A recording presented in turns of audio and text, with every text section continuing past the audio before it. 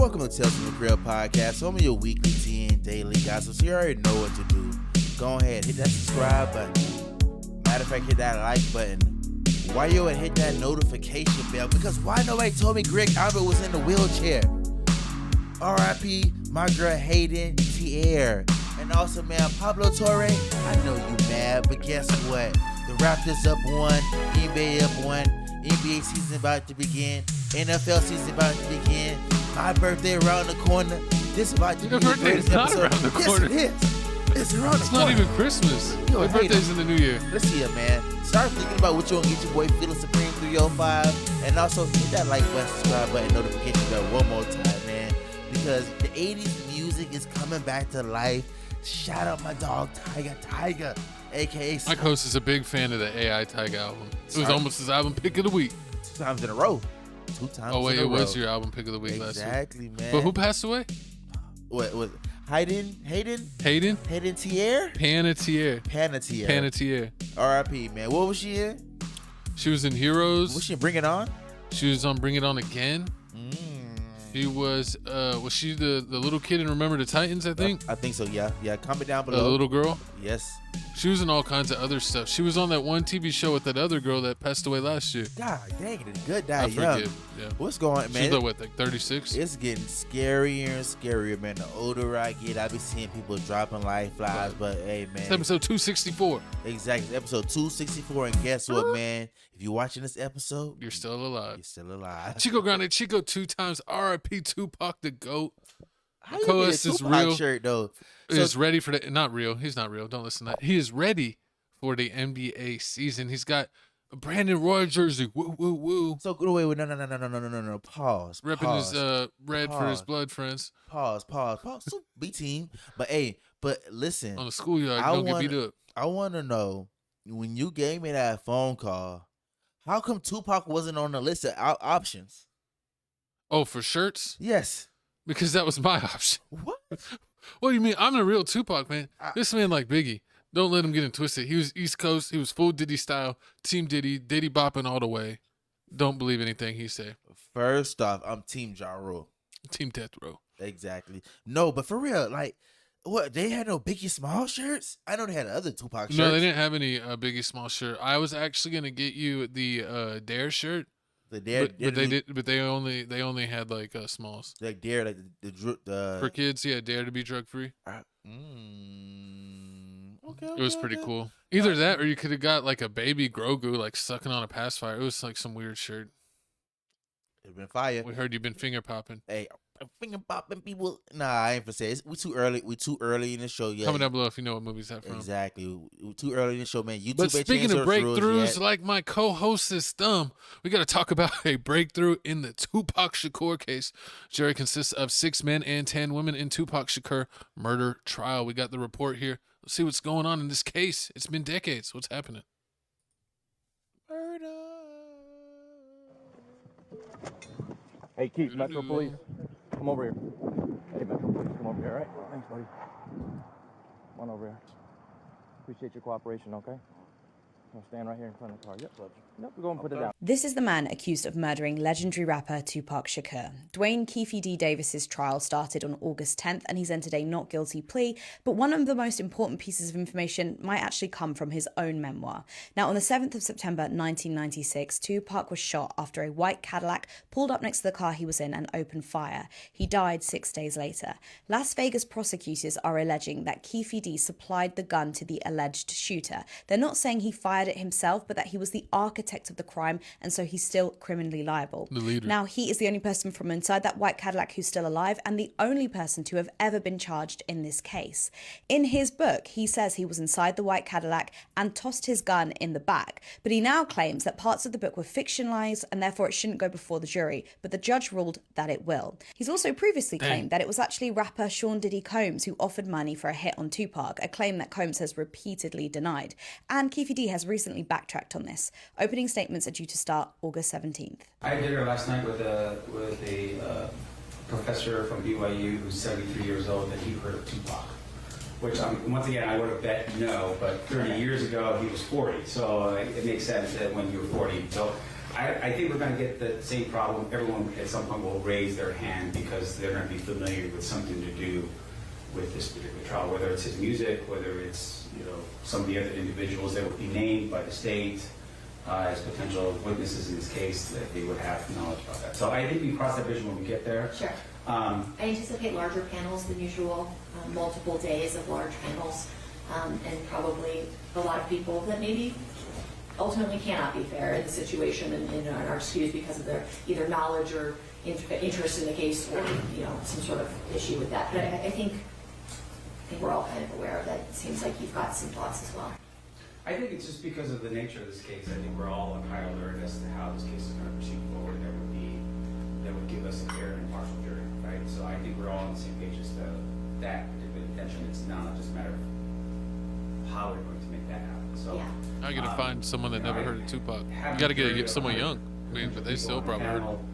Individually, True. I mean, it's been so long. Just because of the time issues here and constraints, I don't know the court's position would be on that. Sure. We won't be able to ask them their movies. It's one of the best questions ever asked by a defense attorney. Anyway, I think what I see doing is when people raise their hands that they've heard about it, we'll ask that question individually. They got that old school audio in because the I courtroom. think, as I've seen, you pick a jury, you pick a jury. There's a lot of building that goes on the other questions, but the questions about the victim, if people know them, or people know this situation, I think need to be outside presence. I agree with everybody. Yes. Okay. All right. Did you have anything to do with the murder of Tupac Shakur? No, ma'am. No, ma'am. I wasn't even in the matter. I wasn't in the matter, period. Do you regret the book and the interview? Yeah, I was just after the money, and they said I was covered. I did it for the money. You know what I'm saying? And, But did anyone tell you maybe it's not a good idea to do that because they might arrest you after they hear you say that or read it in your book? Like, did anyone close to you say, not a good idea? that was the ghostwriters. I didn't write that book. You know what I'm saying? I don't know nothing about no Winston Churchill, Frank Sinatra. Just read the book. You know I didn't write that book. You know what I'm saying? And the Vlad thing, the lady, she gave me $150,000. But then when I was watching the interview this week, and the way you sort of go through it by play, like then this happened, then this happened. It's very believable. They wrote me a script to follow. My lawyer came with the script. It seemed like he was in bed with them the whole time. I helped him get that record company together, you know what I'm saying? And why would I kill the guy that's making us the most money? You know what I'm saying? That's a rapper back then. Why would I kill our money like that? It don't make sense. So Nike will tell you that I didn't do it. So, Has the DA's office offered you any plea deals, and would you consider a plea deal? I'm not gonna take no plea deal because I didn't do nothing. You know what I'm saying? And I'm 63, I had a cancer battle, and I got 3 stents to my heart. And the average American lives to like 74 years old. 10 years, I'm dead. So, I don't like taking a deal, you know what I'm saying? I heard it was like something from 10 to 25. I'm not gonna do that, you know what I'm saying? I'm not gonna take a deal like that. And I ain't, especially after I haven't done nothing. I'm an innocent man. All right, let me read this. It says the jury in the Tupac Shakur murder trial reportedly consists of 6 men and 10 women. Following 4 days of jury selection, the group of people who have been chosen to decide the fate of former Crip gang leader Dwayne Keefe Davis was finalized on Thursday, August 13th. Fox 13 reports. Opening statements for the trial are expected to begin on Monday, August 17th. Keefe faces court of the murder of deadly weapon with the intent to promote, further assist a criminal gang in connection with Tupac's 96 murder. Do you want me to read any more? But yeah, I mean, I'll go ahead and start in on this. I was a huge Tupac fan. He was like the first rapper that I got into. especially like, you know, he'd already passed away by the time I got into him. So I got into the documentaries and things about his life and the whole things with Vegas. And now I'm going to go and show y'all the layout where they had the cars here. And basically, we always knew that it was Baby Lane. I'd heard the story that Baby Lane, you know, we know that Tupac was in Vegas and that he got into it after the Mike Tyson fight. You can see the footage. The footage has been out forever, the security footage of Tupac and, you know, and them going through there real quick and then beating on Baby Lane. But basically, Keefe D, who's on the top right, he's the one that's getting charged now and the only one alive out of the 4 members. In his own memoir, he puts the story together, basically how everything added up. Basically, they're from California. They're a Crip set. And they were one of the gangs that helped Suge Knight start Death Row Records. But apparently, Suge got cool once they started making money. He wasn't really giving money back that he owed to people. He owed their Crip set some money, so they already had that strike against him. And then for whatever reason, Suge kind of hung out with everyone. He hung out with Bloods. He hung out with Crips. And Baby Lane was going off to college, and so the Crips wanted to hook him up with some clothes, and so they told him to go there and start checking stuff out. They ran into some Bloods. The Bloods were about to get down on Baby Lane, but then it seemed like Keefe D and the rest of the crew pulled up right when they were pressing him, and they beat the crap out of the Bloods. In his memoir, he said that they beat him so bad that one dude had a seizure when he left them. So that was pretty intense, and that was the end of that situation. Nor Tupac or what's his face? Baby Lane? No, Suge Knight were at that situation at all. They weren't there. But basically what happened is when they were in Vegas and one of the Bloods was with Tupac, he ran into Baby Lane and is like, oh, that's the guy that got me and my crew jump. So since they had the numbers, they beat down on Baby Lane.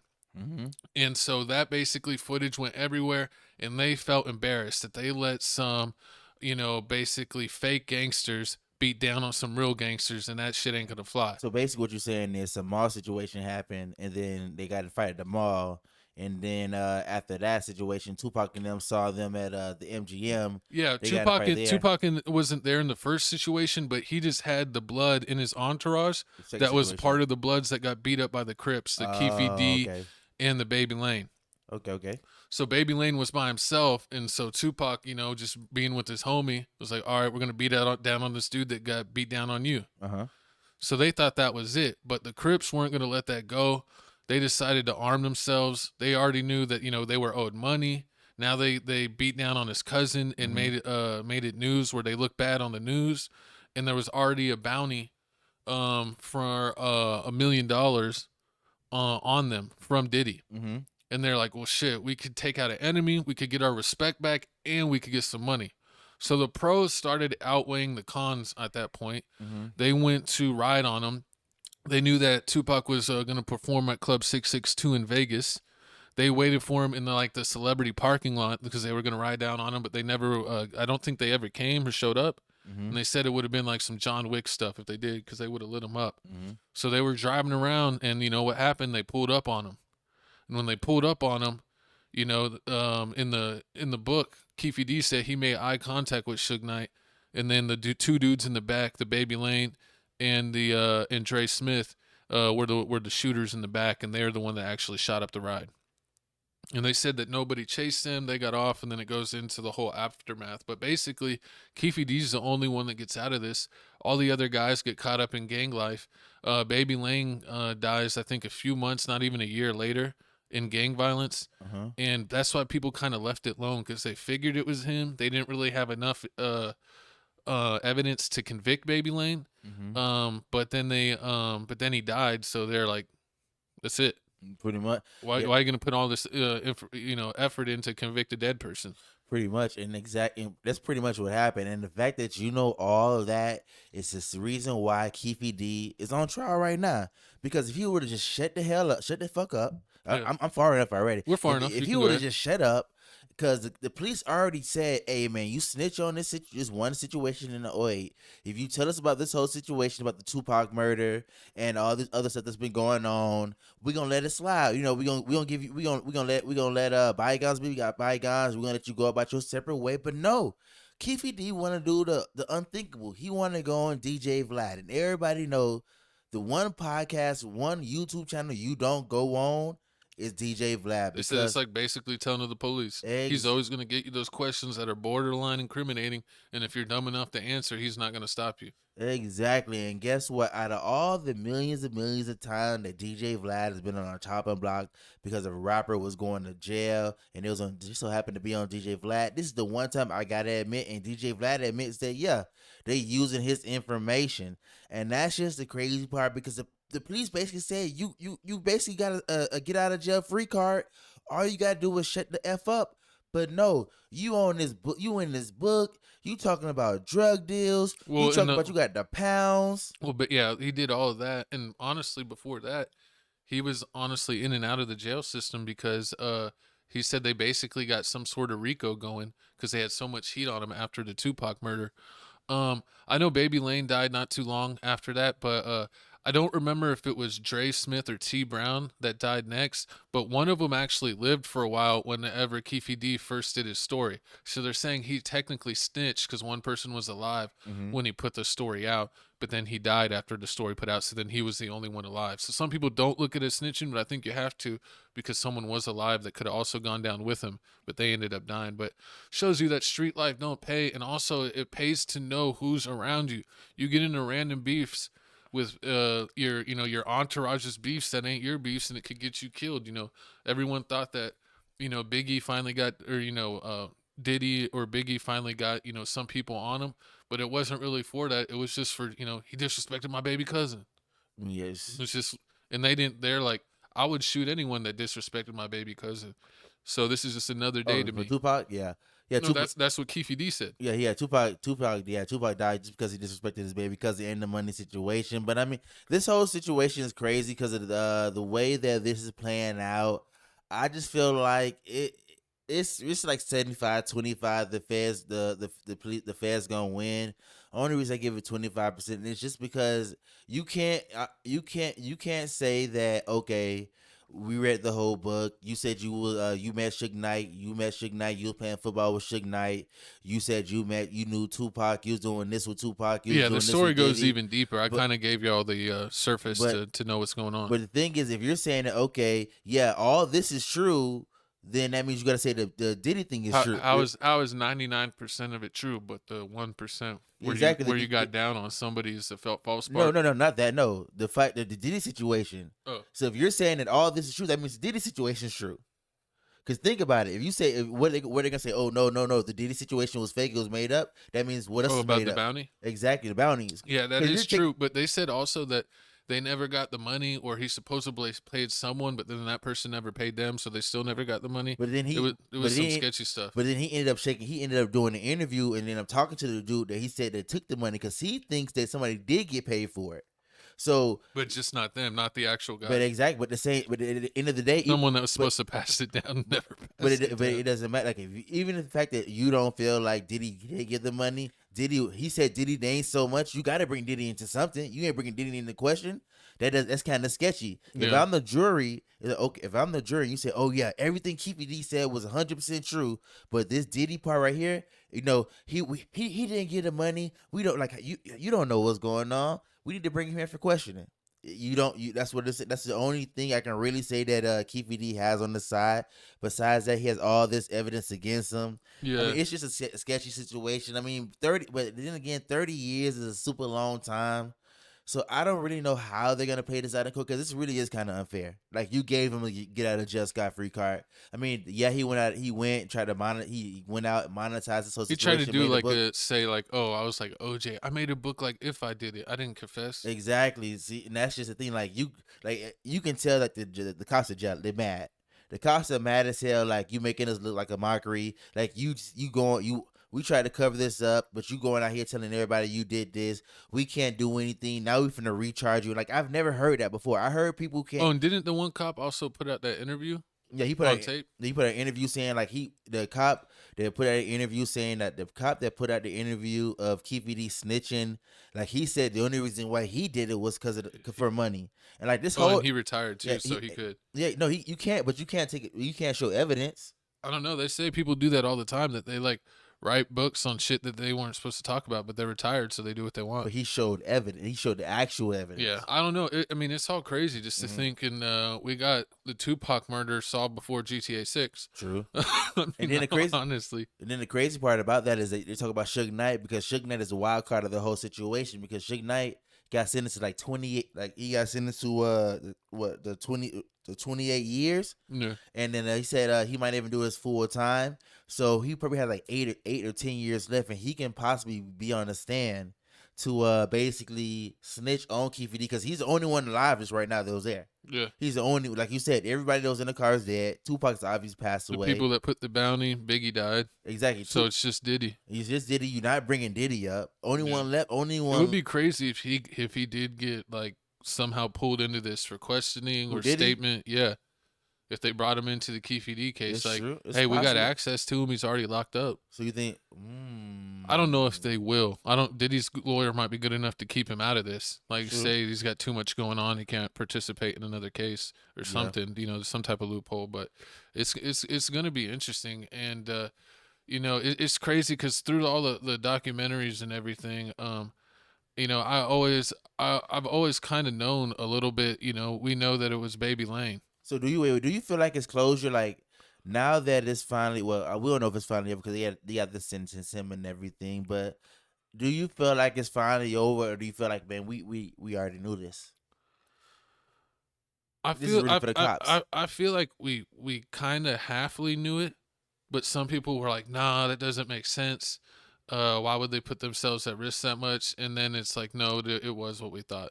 So because we saw Baby Lane in the tapes, we knew that he was a California Crip gang member. We knew that they were in California and they used to go to Vegas all the time. So that puts them, you know, and they would go to the big fights. So it puts them there. You know, they literally have Baby Lane on film getting beat up. So everyone knew it was Baby Lane, but then he died so quick afterwards that they never really got a case together to put on him. And so like that was kind of it. But now that with Keefe D with this book, he literally filled in the sequence of events to where everything lined up. So now we got the full picture, the full story, the full description. He could say it's a lie that he was just trying to get some quick money, BSing, but it lined up too well, and he knew too much of the facts about all of the players and other things that were already confirmed, like you said, for it to be pretty much verifiable at every angle, but then you want to deny the last part. Exactly. I mean, so does this put the end to does this put an end to Tupac Shakur being in Puerto Rico? I think it puts the end of that. It also, I think, puts the end to them saying, like, you know, that Diddy got it done because, yeah, they did kind of look for money from Diddy, but that wasn't the main driving factor. The bounty was out there and they weren't doing anything about it, but it was literally, you disrespect my baby cousin, it's on. That's what was the deciding factor. So I don't know if Diddy really gets the credit, and, you know, they also never got technically paid for it. I would just view it as wrong place, wrong time. It was kind of like was a takeoff. Yeah. Know the company you keep, know the type of people that are around you. You know, he was hanging around, he had, you know, entourage of people that were in real street beef, and it got him killed. Man, R.I.P. man, R.I.P. Tupac Shakur, man. Comment down your favorite Tupac Shakur album or song. I don't care what it is, or a movie. Movie, song, album, interview, moment. Let me know what you feel about it, man. R.I.P. Tupac, man. My favorite Tupac movie is Above the Rim. That's good. I remember that. That was definitely a good movie. I like Above the Rim, Juice. You know, Juice Bishop. That's the line I'm supposed to come in with. I'm supposed to come with the Bishop line because I was feeling like Bishop today, man. People kept trying me. Man, they just lucky. They lucky. I wanted. They lucky I'm saved. But what you finna say? You ain't never miss save. Don't save her. But my favorite album is actually the album that came out after he died, of tracks that were never released, but it's the double disc album of Until the End of Time. What's some song now? Give me some. On disc 1, Ballad of a Dead Soldier is one of my friend. Fire. Lil Homies is fire. Let 'Em Have It is fire. Good Life with Big Psych is fire. Letter to My Unborn Child is great. Breathing featuring the Outlaws, I love that. All Out is great with the Outlaws.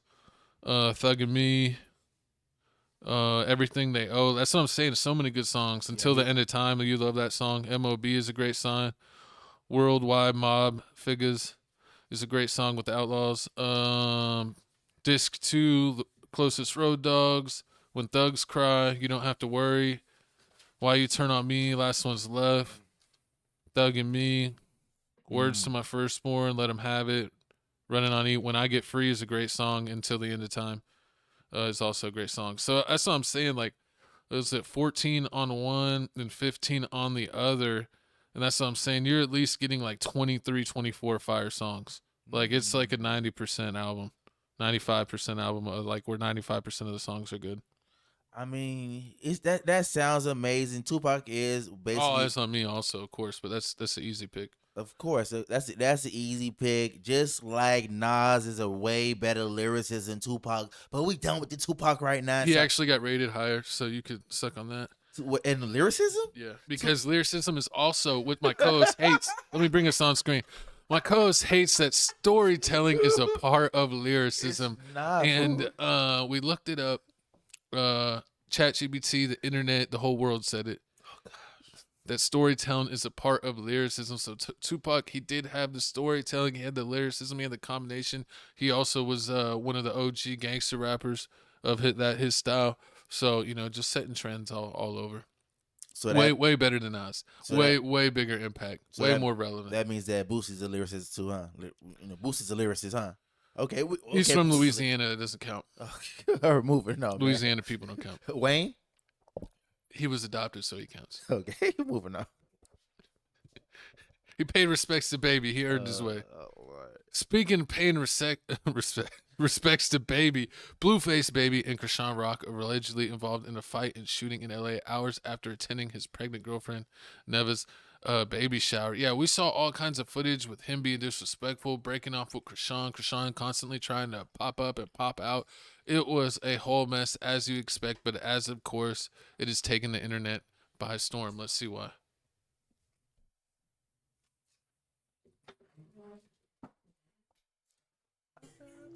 So we pulling up or what?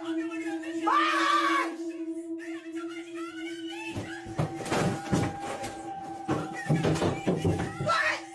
What? Run me my thing, line up!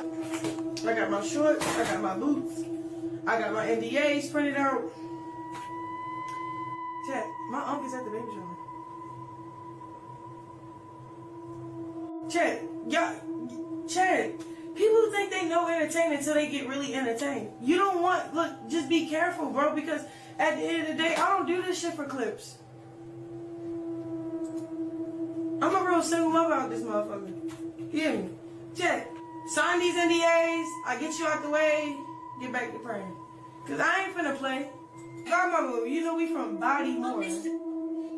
I ain't finna play. They had the horror music in the background. I ain't finna play. I ain't finna play. You don't think I'm gonna take the opportunity to humble you from an NDA? Friendly fade? I'm gonna have you sign the NDA. Check. Can a pregnant woman sign and fight NDA? I just can't let you see what I written up because it's none of your business. But when they sign it, she did whatever she wanted when she was pregnant. Is mine. Just ask Junior. Get in the jail. And guess what? I ain't going to jail because I did it right. I'm not over here. When I knock on the door, I smile. I'm here. You thinking, oh man, this, you know what be about like female downfall and stuff? They be laying. She don't want Blueface, but she's trying to fight every one of his baby mamas and girlfriends. That's straight. He get out the car. She's sending mixed signals. I pull off, but then I'm like, let me pull back around, cause like. Y'all keep playing with clips, and I just want to see who y'all are really, though. So I'm not going to do it with a smile. What's good? Perfect. I did this. What was that noise? Ooh. Someone's at the door? What are you doing? This is some Who is mailman. it? I got these outline. We're under attack. What are you doing? The camera's right here. Yes. Who the fuck is that? No, it's the mailman. Open the fucking door. It's the mailman. Or you being disrespectful? Open the fucking door. He just dropped off a package. Open the fucking door. It's the mailman. Bitch. Nobody's not about to. You're not gonna fuck with me or my children, bitch. I don't care. Take it as a card. You really have no heart. Me? Yeah, you with this bitch baby at? Why is she pulling it up? I'm so confused. What? Your baby too. She's going where she belongs and where her baby needs therapy. This bitch is going to jail. I thought we already talked about that. I don't give a fuck. I don't give a fuck. I don't. Nobody cares about me, so why do I give a fuck about them? Ha! That's fine, but we're not gonna do no baby bashing. What the fuck? What the fuck happened? What do I do? I do shit.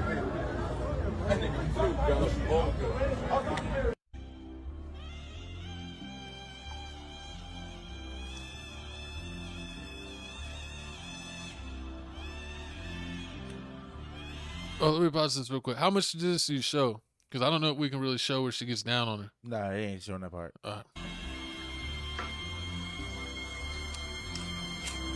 We 100 people fist fighting in front of that location, and then shots were heard. You can go ahead and show me code section real protocol. 65030, Roger. 65030, code 6162 is North Coinga.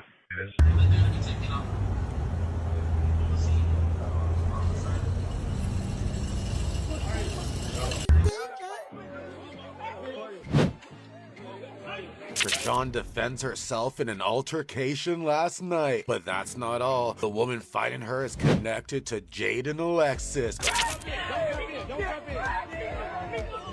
We got the tea so you don't miss a thing. It's a fact, there's no bigger than the program. Footage of Chrisean and Blueface is circulating, showing a fight outside the club, and some viewers claim it was one of Nevaeh's friends, but it looks like she knows Jayden Alexis. A photo from the past surfaces, plus she was in Jayden's ex-best friend Sadie's music video. That's the crazy part. While this looks suspect, it was clear Chrisean was defending herself. The woman swung and missed, and Chrisean mopped it up until she was no longer a threat. Oh man, this woman didn't stand a chance. She later went online to show off her knots. Now allegedly the woman attacking Chrisean is pregnant, but nothing confirming this. Do you think Jayden Alexis had something to do with this? And damn, what about those holy hands? Keep it locked right here at Blue Rock TTV for all the juicy details.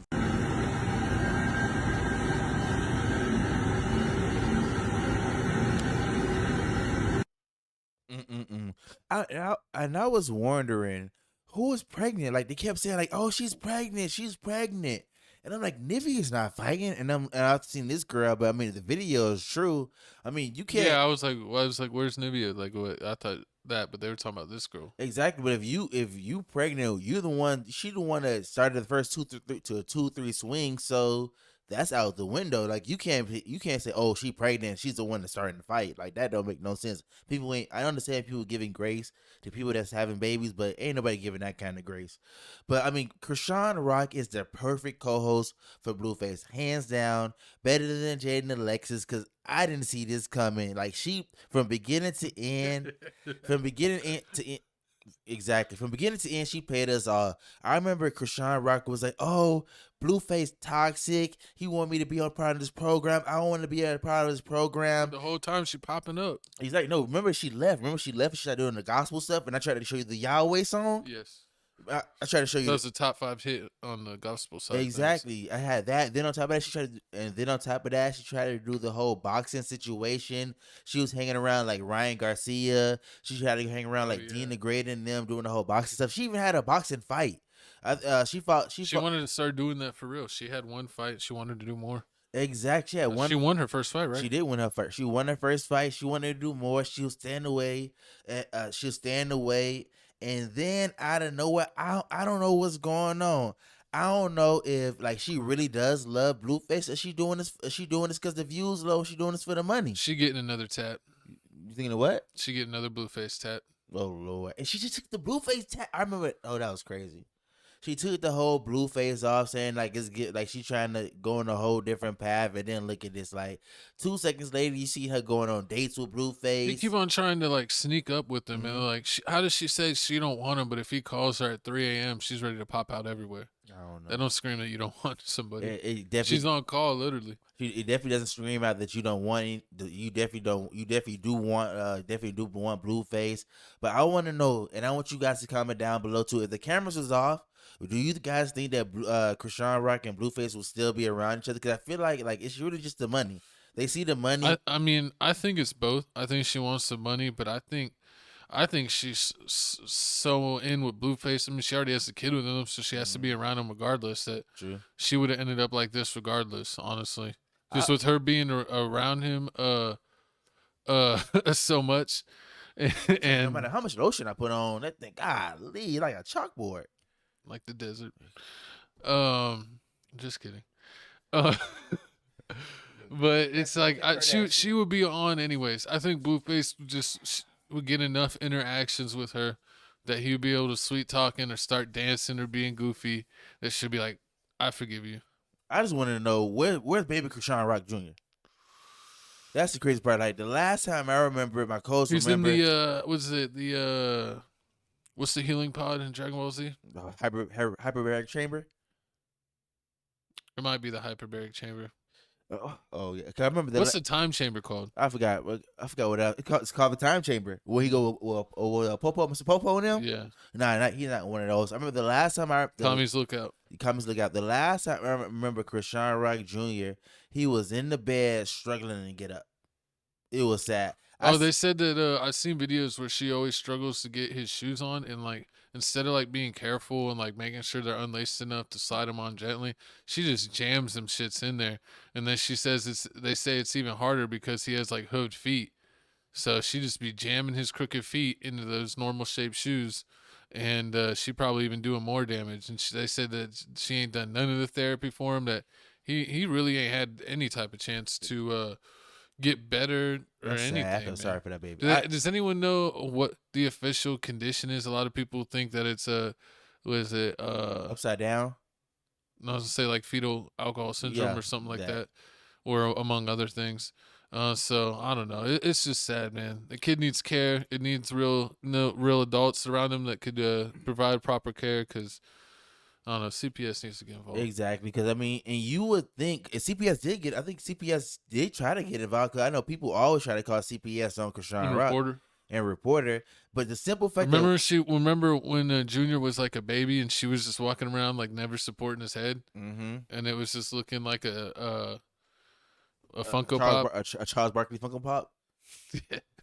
Charles Barkley. I forgot. He's Charles Barkley's baby. Yeah, that's crazy. I forgot to make that comparison. He don't look like Charles Barkley baby no more. his limbs got too long. Exactly, but I mean, when he was that compact, yeah, he looked like. And then the crazy part, the fact that we know all this, and all you guys know all this information. Nivea know all this information. That's why she wants to fight her, because he be talking. She like be wanting to talk about Chrisean Jr. And like she's like, oh, you're crossing the line, but it's like. Is she crossing the line, or do you need to take care of your child? Like, I mean, she does. The whole internet already calls you out for it. It's not like she's saying like just making up something. It's like something that people already know. I mean, exactly. Chrisean Rock definitely does know that, and also Nivea is not innocent. Like everybody be trying to go be on Nivea's side. Like, oh, she don't deserve she's in the this program too. She's it's just a mess, man. Exactly. She's in the program too. You can see it, how the way she is. I really feel like she's just really in it for the money, and I feel like Blueface knows that she's really in it for the money, so he's finna dog it out. Like he knows that like as soon as she has his baby, like she's gonna be like, okay, it's deuces now. I'm gonna no wait. As soon as he has his baby, probably stays there for like a year at the most, and it's just deuces. He's like, I'm gonna milk this for everything it's worth. I'm gonna make this as crazy as hell. Do you think that like how long that she's gonna like stay living with him and like let him do this stuff, or do you think like she'll be out of the house and be like the Stewie baby mama? Do you think it'll take like a year, 6 months? Depending how bad. I mean, with Stewie baby mama, because she I just seen the was it the video clip where he's going to the like she's having the baby now. Yeah, exactly. I seen But I seen that. But at the same time, I said she might stay a little bit longer because after you have that baby, you weak for a little bit. Oh, they make you stay for like 1 to 3 days, depending on how weak you are. Yeah. That, and on top of that, when she's gonna be home, like I don't feel like you want to you gonna do that. I don't feel like you're gonna move. Like, okay, I just had this baby. Like, I want to move do today. A water birth. That's what Blueface should have did. He should have done the at-home water birth. What? He could have streamed it. Oh, people be doing that. He would have streamed. They're like, I want to have a natural birth. That's private. That's a private moment. I mean, they could blur it or have like a cover. I see. Man, He could have it preset to like blur out a whole area, so they literally see her from like the head up or something. I can see her right now. Like, she'll be right about to have baby in the middle of the living room in the pool, and then Chrisean Rock and Jayden Lexus will pop out, and they'd be like, I can't. Like, you had the baby, it's on. It's round one. Ding, ding, ding. And then Blueface. I'm ready for my fade. And then Blueface just hands everybody gloves. Yeah, no gloves. Just bare knuckle out here. Bare knuckle fighting. I think she had the baby. And he's gonna tell. It was a Nebula. He's like we real gangsters out here. You can't duck no fade in this program. Schoolyard crib. On schoolyard. On schoolyard, you can't duck no fade. Oh Lord, you can't be in the schoolyard if you ducking fades. Nah, man, but this goes wrong. I blame America. I blame you guys because when Chrisean Rock, people always like the worst stuff. Think of how bad like the Real World and Big Brother was back in the day. Like, let's get all these single 20-year-olds in one place together, and let's see how much of them can have freak offs. Like, and let's all put it on film.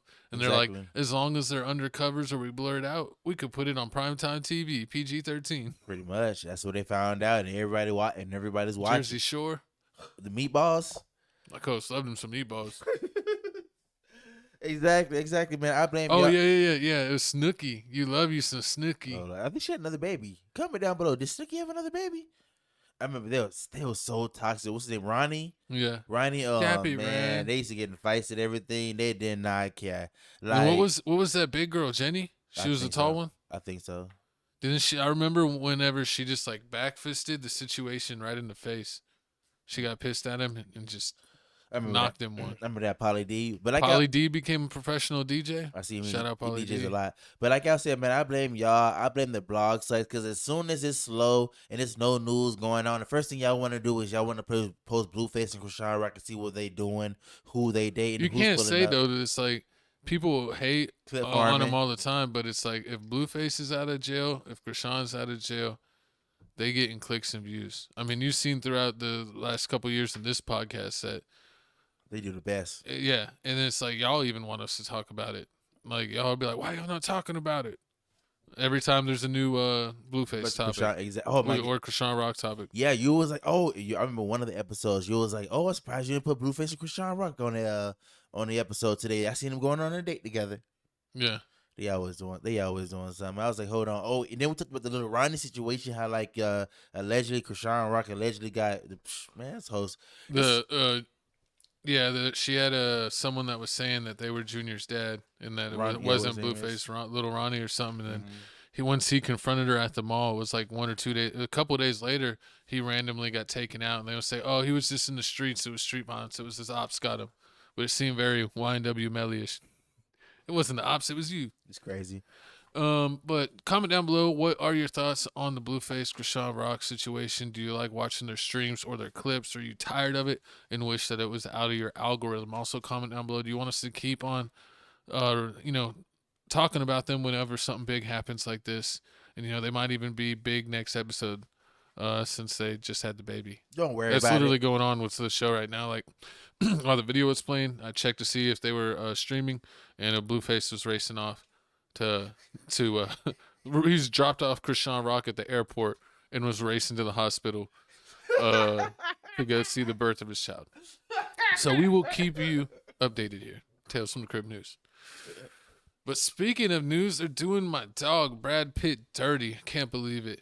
Brad Pitt reveals he started drinking again, and I would too, after 7 years of sobriety, amid ongoing family tensions and some of his children dropping the Pitt name. They say, "You's not my daddy." But let's see what's going on. Let me take us off screen and see what's going on with Brad Pitt. No one gets past this without a fight. No one. This morning, Brad Pitt opening up about no longer being sober after 7 years of sobriety. It's okay. Come on. Just a bad dream. In a new interview with Esquire, discussing in part his upcoming movie, Heart of the Beast. The 62-year-old actor-producer saying, I was sober for 7 years, and then I got back off the wagon in a more restrained manner.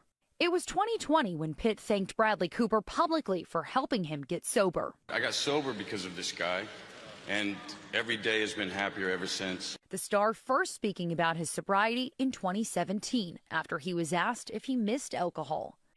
He told GQ magazine, I mean, we have a winery. I enjoy wine very, very much, but I just ran it to the ground. I had to step away for a minute. And truthfully, I could drink a Russian under the table with his own vodka.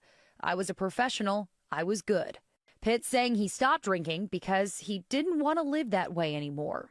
In the U.S., an estimated 27.9 million people had an alcohol use disorder in the past year, and on average, 2/3 of individuals treated for it relapse within 6 months. More recently, Pitt speaking to Dax Shepard in his Armchair Expert podcast, the two meeting at AA. I just thought it was just incredible men sharing. Yes.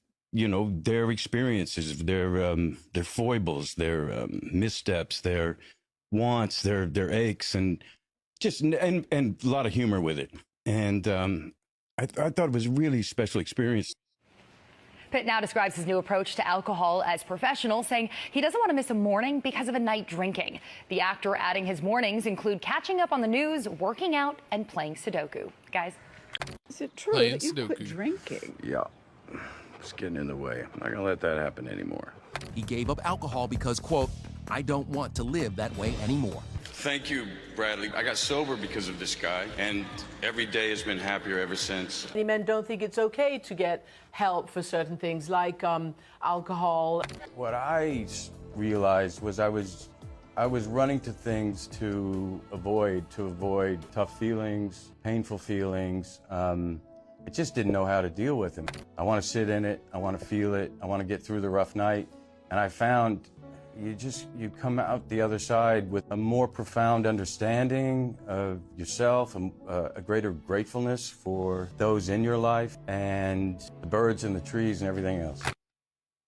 God damn, man. That's so sad. Like I often to rip Brad Pitt a new one. I mean, but it's just sad. Like you go through this whole alcohol situation. You finally stop drinking alcohol. Then next thing you know, as soon as you get done with one problem, your whole life comes crashing down. You have a moment with your wife. I mean, because that's basically what happened. No. No, I was laughing at the way you were saying it. It's like your whole life comes crashing down. Exactly, correct. I don't know why I sound like that, but no, I mean your whole basically like he was drinking a lot of alcohol. He was having problems with his family. He was basically an alcoholic, and he was verbally abusive to Angelina Jolie. Then he stopped drinking. He stopped drinking for a while, and then you thought he was going to be on the up and up. But the next thing you know is he has this one moment with Angelina Jolie on the plane. Then the kid, 4 out of the 6 of the kids started removing the Pitt last name. Yeah, and now he's back drinking again. I mean, the whole situation is damn sad. It's crazy. It's one of those things where he lost his temper on a plane, and I think he kind of had a temper tantrum, but I don't think he I don't know. I think he might have allegedly might have shook her. That's partial. But he didn't punch anyone or anything. But I think he was throwing stuff around or something. He poured beer on her. Oh yeah, that's what he did. That was crazy. He poured beer on her. So yeah, he was being super crazy lunatic, and she reported him. But the FBI did an investigation, and basically, since it's it's like the Spider-Man movie, small potato, big potato stuff. Exactly. And Brad Pitt, having a temper tantrum and pouring beer on people on a plane is super small potato, and they're working huge cases. So basically they saw that, he wasn't really smuggling or doing anything like that. And he didn't beat up any kids or women or believe people with black eyes or anything like that. So they kind of just let it go. But Angelina Jolie tried to send pictures in that she had some minor bruising on parts of her. and tried to sue the FBI to get the files released to see why they didn't prosecute him. But I think it's just a thing that, you know, they got too much stuff going on and they don't want to divert to such a small case. I think is basically what happened, but she basically, I guess, wants them to admit that. I don't know. Yeah, but she's definitely, but she wants them to admit that, oh yeah, she really wants them to admit like, oh yeah, we dropped this because it's Brad Pitt. But they're not gonna admit that they dropped it because of Brad Pitt. They're basically saying that, okay, well, yeah, if we don't want to commit resources to this. Yeah, we don't want to. They're not gonna say that. Basically, what they're saying is like when you go to the feds, you're doing at least 5 years or more. Like you're not going to the feds doing a year. And with Brad Pitt being the first time offender, there was no real bruises on there. Like most likely, this may be like probation at the most. A probation at the most, and it's a waste of time. Like the feds, the FBI is not going to prosecute someone for probation. Basically, is what it comes down to. Exactly. So yeah, and that's what it is. And Angelina Jolie feels like it's wrong, and I admit, yeah, it is definitely wrong. Like this whole situation I feel sorry for the whole relationship and marriage because I really you know what's like crazy Angelina if Jolie it was like the Jonathan Majors thing where if he would have done it like in a car, he could have got like a simple assault from like regular police. Yeah. But since he was on a plane and it turns federal, and then they're like, this is nothing in a federal sense. We're not going to prosecute it. Basically. He actually gets away with it because it's at a higher level. Exactly. It's crazy. It's like a loophole. It's like the whole Diddy situation. Like it's like not like Diddy with the domestic violence because like you can't. The whole situation was like they don't do domestic violence. Ain't no party like a Diddy party. He wasn't charged for domestic violence. Yeah. If he was charged for domestic violence, he was charged for trafficking and all that stuff. And like feds is like that's not the charge that he was charged with, so they can't do anything about it. So that's how it is. Like with the feds, they handle certain charges. Like certain charges too small, they don't worry about it. Like he just got lucky. Yeah, exactly. But I mean, it's definitely a sad situation. I mean, this whole winery, I understand. Like, oh yeah, this is $194 million. But Brad Pitt's like worth $400 million. So I mean, Angelina might be worth more than that. Exactly. I mean, and I think her dad's an actor, so she might have more family wealth. But I don't know. His dad owned the font's small, so it's hard for me to read. I don't know. It says tracking company. But he owned a company, so I wonder if his dad had some money. So you didn't? I don't know about his dad like that. So when I watched the movie Mr. and Mrs. Smith back in the day, I didn't know that they weren't together. They were together. No, he was with Jennifer Aniston from At that Friends. point in time? Yeah, he was married to Jennifer Aniston from Friends. You know what's crazy is back then I saw that movie with my family. Yeah, we saw Mr. and Mrs. Smith. That movie was amazing. But it's funny to go with your family. Wow, what's wrong with it? Because there's a lot of sexual tension in that movie. But it was kind of an action movie. It was more but of, that was the small part of it. movie. Yeah, it's more of action, so I guess it's fine. But when we saw that movie, the first thing my mom said is, "He's cheating on his wife." I go, "What?" And she's like, "Him and Jennifer are done." She said that shit was too real. She was kissing him way too hard in that movie. That was no like acting kiss. She was biting his lip. She said he got a new wife. And she was and right. he did. And then people said it was because Jennifer Aniston never wanted to have kids. She wanted to focus on her career, and Brad Pitt wanted a family. And Angelina went so far to give him his own kids and then adopted kids to have like a super large family, which was his ultimate dream in life. Why did she do that? But his karma from cheating on Jennifer Aniston is to have the family he always wanted and then to lose it. That's crazy. That's the Jennifer Aniston curse. Friends for life, baby. What the hell? I love Friends. I love Jennifer Aniston. This is Jennifer Aniston curse? Yeah, she cursed him like the great Bambino.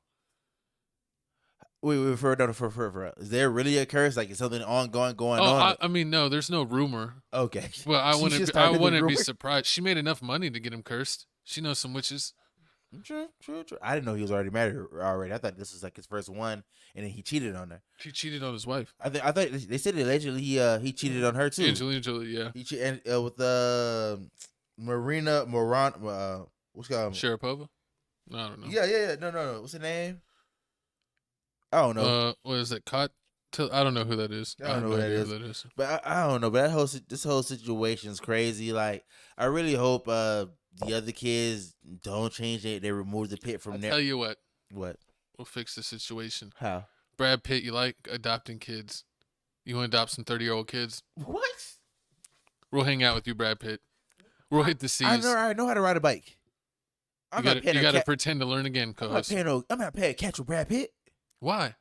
I mean, that movie kind of sound cool. It's a dude from Fight Club. From Ocean's 11. True. He's in a million more movies. You got a point. Yeah, I mean, think about how sad it is. Like, Brad Pitt is going to be like that. Remember that clip I was talking about with Tom Brady? Or like Tom Brady's made like almost $1 billion through endorsements and contracts. And here he is on his like 10 or like $50 million yacht. And he's on there by himself with just the boat driver. And they're like, he looks lonely as shit. Like none of his family, none of his kids even like hang out with him like that. And it's like, that's Brad Pitt. We could be your surrogate family. You will enjoy us, right? You could be on the pod. You want to talk out your feelings? We could give you a segment. We'll make this happen. So when you start talking about Jennifer Aniston, what you gonna say? I'm gonna say you watch your tone, Brad. You watch your tone. Oh, but you know, Brad Pitt was actually a guest star in the Friends episode for Thanksgiving. And it was an awesome episode. He was, I think he was Monica's friend from high school. And he was like fat in high school. And then I guess he got to look like Brad Pitt in his 20s. Yeah, wow. And he was there for Thanksgiving, and he started arguing with Jennifer Aniston's character. And Phoebe goes, I don't remember if his character is Brad, but she's like, come on, Brad, take off your shirt and tell us. Because that was like him in his most shaved time. And you're like, what the hell? But that's one of the best episodes ever. Oh, because he was friends with Ross back in the day, and they had a I Hate Rachel Green fan club. And they were like, he was like, who is in it? And he goes, it was me and Ross. And she goes, what? Ross is in the I Hate Rachel fan club?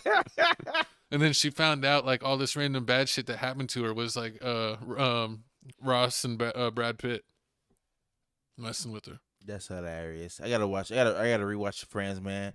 I definitely gotta rewatch Friends. R.I.P. What's his name that passed away from Friends? Chandler. R.I.P. Damn, what's Chandler's real name? I forgot his name. R.I.P. Chandler, man. Coming down his real name. That was a whole sad situation. Matthew Perry. Matthew Perry. R.I.P. Matthew Perry. Sorry, I had a brain fart. He did one of my favorite movies ever, When Fools Rush In. It's a great movie. It's a romantic comedy. Speaking of romantic, this next topic right here, music to my ears. This next topic is so bad. This might be time for me to use the bathroom. Hey. No, I'm just kidding.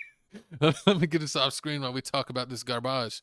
Tyga responds to criticism over his use of AI on his new album Starface, and to Doja Cat calling him Richard Sherman for making an AI album. Let's see what happened.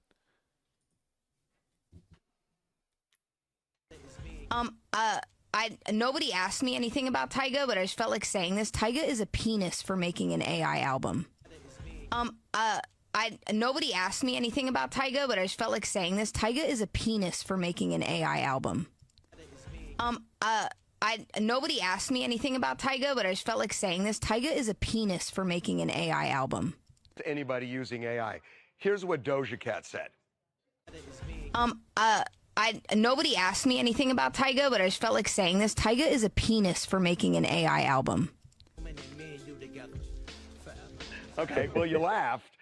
Does she have a thing against you, or is it AI? Listen, I love Doja, but she made a demonic album. But I still love her. Will you use it again? I don't know.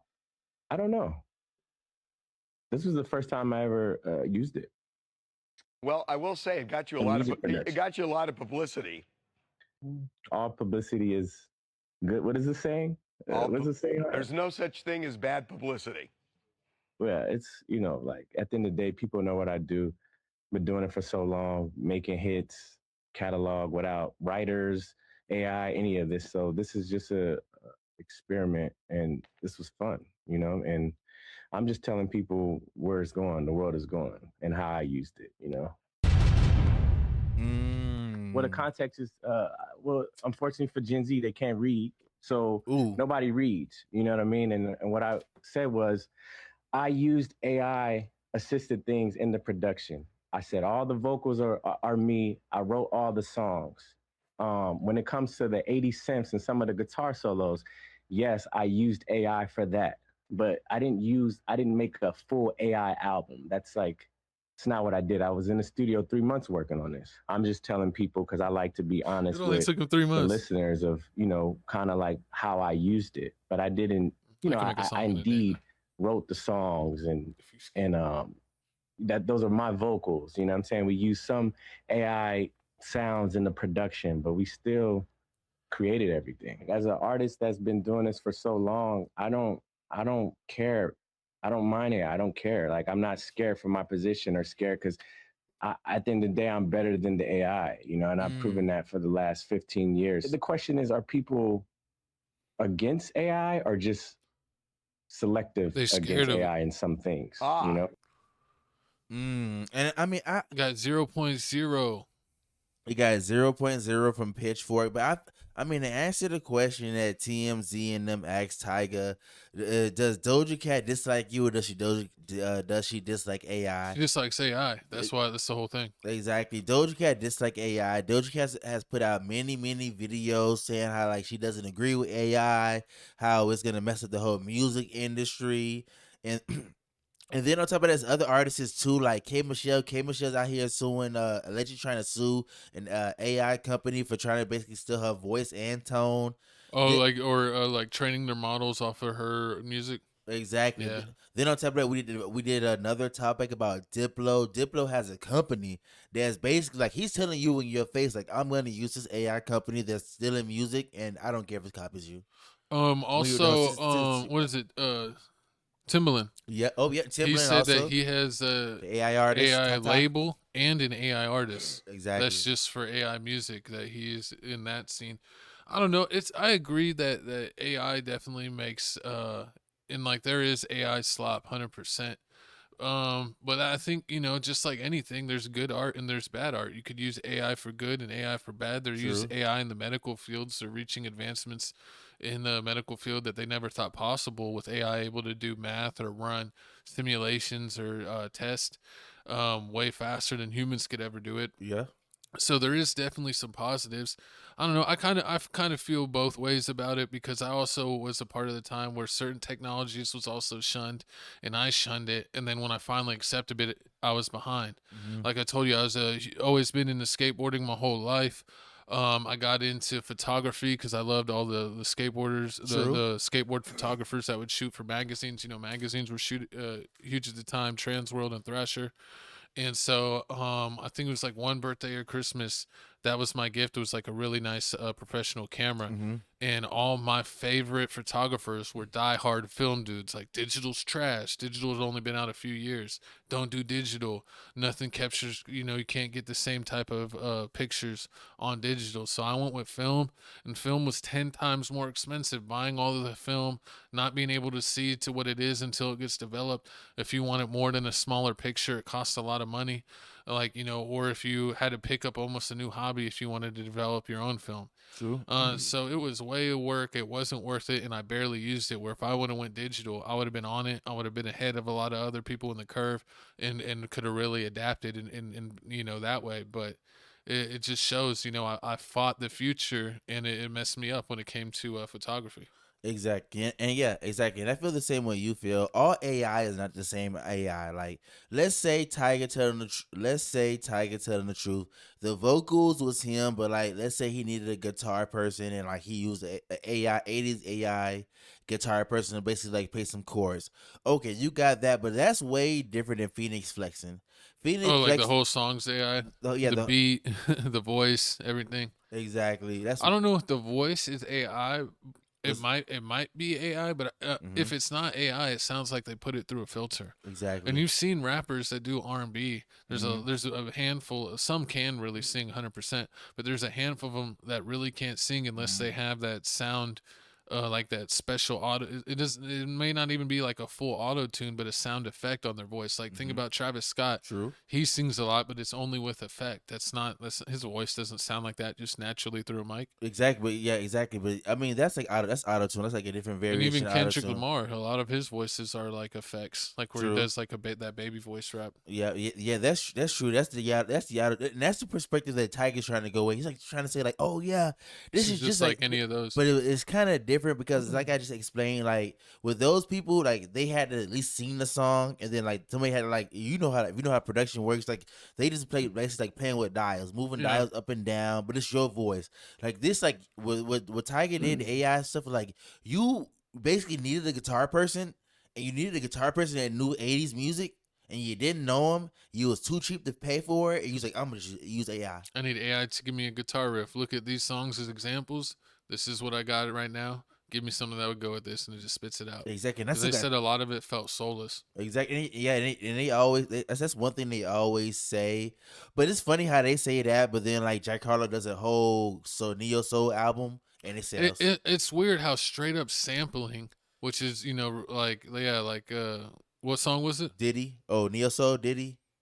Was it the Neo Soul? No, what was Jack Harlow's last big song? Oh yeah, with the Fergie sample. Oh yeah, Brown Sugar, Brown's like one of them. I forget quality songs. Yeah, and it was like the chorus wasn't even his, like that people were using for their TikToks was the straight up them playing like the old song with like a filter on it. Exactly. So it's like Kanye gets a lot of credit for sampling, and that's not really looked at. So him asking AI to do a couple things or adjustments to the song, I don't think it's that crazy. He's I'm not early. even a Tyga fan. I don't even like Tyga like that. What? The Blackout album and all. I mean, I've downloaded a couple of his mixtapes Lime back and in the the day. coconut and twist it all up. No, I didn't like that Tyga. That song was fire. What's the when he was going with what we mean the tapes he did before he was it Well Done? Well Done, yeah, the Well Done. Yeah, tapes. the Well Done tapes were my favorite projects from him. I didn't really like too much of his other stuff, but I think he the did reason why Tyga Well Done 1, 2, and 3, and then a lot of people did like back in the day him and the Chris Brown mixtape, A Fan of a Fan, and then I think they did A Fan of a Fan. That's album. the reason why you got boot. That's the reason why you got Deuces. I'm Tooted and Booted. I don't know about the Tooted and Booted, but I mean Rack City. Yeah, we had probably Tooted and Tooted and Booted because he did the Rack City. I wasn't really a fan of Rack City, but there's Tyga a bunch was of other fire. songs that I liked. Yeah, at a certain era. I like one era of his music, but I just think he's easy to target to dunk on, especially his with him being involved with the Kardashians. That people just mess with him. True. I give you. I got a lot more to say about it. We gonna hold off on the AI. Remember the AI part? How you said the AI is different and like not all AI is the same. Remember that part. But right now, man, I'm about to cut Tyga some slack because all the Tyga disrespect is uncalled for. Y'all acting like Tyga can't rap. You acting like y'all didn't love Rack City. Y'all didn't love the fact that he recently had a hit past 5 years ago with the taste she can get a taste song. So he recently got a hit. So people saying that, oh yeah, if Tyga made this kind of music this time in this era, it wouldn't hit. He already has a song in this era. It has a hit, and I'm pretty sure if you looked at his discography, you actually talked to him, he probably wrote for some other rappers. And on top of that, he had that little TV show. And the reason why he was on the Motto, but that was 2011. Exactly. Oh yeah, the Taste song with Offset. That was 2018. Exactly. 10. I said 10. 8. Hey ladies. Yeah. It doesn't show. With him and Travis Porter, them Tyga got hits. Then he had a song with Chosen. Exactly. Tyga with had Ty Dolla. Exactly. Y'all disrespecting Tyga. Tyga had hits. Tyga was the next one up. Only reason he lost it because of Drake. Drake came in and make it nasty. Exactly. Drake came in and just took over the shine. But back to what I was saying, man. All AI ain't the same. Tyga. Oh, you know what? I did like the bitch I'm the shit too. Where he's on the motorbike. Mm-hmm. I did like this project. Exactly. I'm the and that song with Kanye West. Exactly. And Ty Dolla $ign, Vince Staples, Young Thug. Like he even got features. Yeah, that song with Chief Keef. He got everybody. Tyga be out here really working. That was 2017 though. He brought his hairline back. You gotta respect him because of that. Yeah, he helped LeBron with that. He was the first one to start doing the fake hair stuff that you really realized. Like you didn't even think about it. You didn't even think about it. Bitch, I'm the shit. One was 2011. I like that one. Tyga got some hits. Tyga got a lot of stuff. And the Lime of Coconut and twisted it all up with Travis McCoy. Did you listen to Black Thoughts? I listened to Black Thoughts. That's what I said. Black Thoughts. Hotel California. Listen to all that. I like Tyga makes really good. The Gold album. Listen to that too. Tyga makes really good music, but like I was saying, like all AI ain't the same. Like what Tyga's doing, let's say he's telling the truth. He was his vocals. He only used like fake guitar people. That's different than Phoenix flexing. Phoenix flexing is way different than what you just told me about Timberland. Timberland with the whole AI artists and all that stuff. And then you got gangster rappers like Beanie Siegel. I don't know if you know Beanie Siegel from State Property. Yeah. He got shot and he got hit in the lungs. So to make his voice sound like how it used to sound, because that's one thing like everybody loved about Beanie Siegel was like the way his voice sounded. Yeah. He uses AI to use his voice. So like part of his songs, like he uses AI to like basically bring that tone back. But all that AI isn't the same AI. Yeah. So it's all different. And the fact that like this album was well done, only 5 songs. This is probably or I don't know maybe that's all they allowed. Probably all they got cleared. Lex Luthor, DJ Drama. You probably got to go to my mixtapes. Spin Rilla. Well Done 2 only has 1 song. Yeah, I think I got it on my own music because I had it up back in the day. Exactly, but I mean, I need you guys to comment down below. Is Tyga just too early? Because I mean, y'all did hate on T-Pain. I like T-Pain at first, and then once Jay-Z came up with the Death of the Auto-Tune song, y'all was like, he trash. We ain't got time for T-Pain. T-Pain had to bring his whole career back up. Now he on streaming university with these little kids. Well Done had 15 songs. See, told you. I have it because I put it on my iTunes back in the day. I think because it has like the Tooted in the Boot, it has he has freestyles on it. Yeah, because he has freestyles. Oh yeah, and they can't put it on there. Yeah, but look, it took off the song Maybe. I don't know how it does it. Sometimes it'll like leave my old shit alone that I had on iTunes, and I'll be able to have it no problem, even though it's not on Apple Music. Yeah, but then sometimes it'll like delete certain songs. But it's like, like you don't have it on here for a reason, but why do you allow me to have it but not allow me to have the other one? Doesn't make sense. Exactly. But you guys comment down below. Was Tiger the best rapper in Young Money before Drake and Nicki Minaj came? It's a little twist. At least you didn't say gutter gutter. At least you didn't say Young Money gutter. Brick Squad. Young Money Brick Squad. Oh, Young Lord. Money, Young Money, Young Money Brick Squad. You remember when he did that song with Frenchie? Yes, I do. Yes, I do. But speaking of doing a song with Frenchie, we about to sit over on this couch announcement. I'm going to keep these bars for you. Let's go. Welcome boys. to Halftime Show, Tales from the Crib. It's new, what's going on, and what you can expect. We got reactions dropping daily for you on Crib Reactions. TFTC Gaming, we keep promising. Maybe we'll deliver this week. We'll get a new video up there for you. TFTC Sports, all your favorite sports clips from this show will be clipped out and put on TFTC Sports. Basically, the second half of this show is going to be all clipped out for you and put on TFTC Sports page. Now, all the regular clips from here will be clipped and put on this page. All the regular Tales from the Crib clips.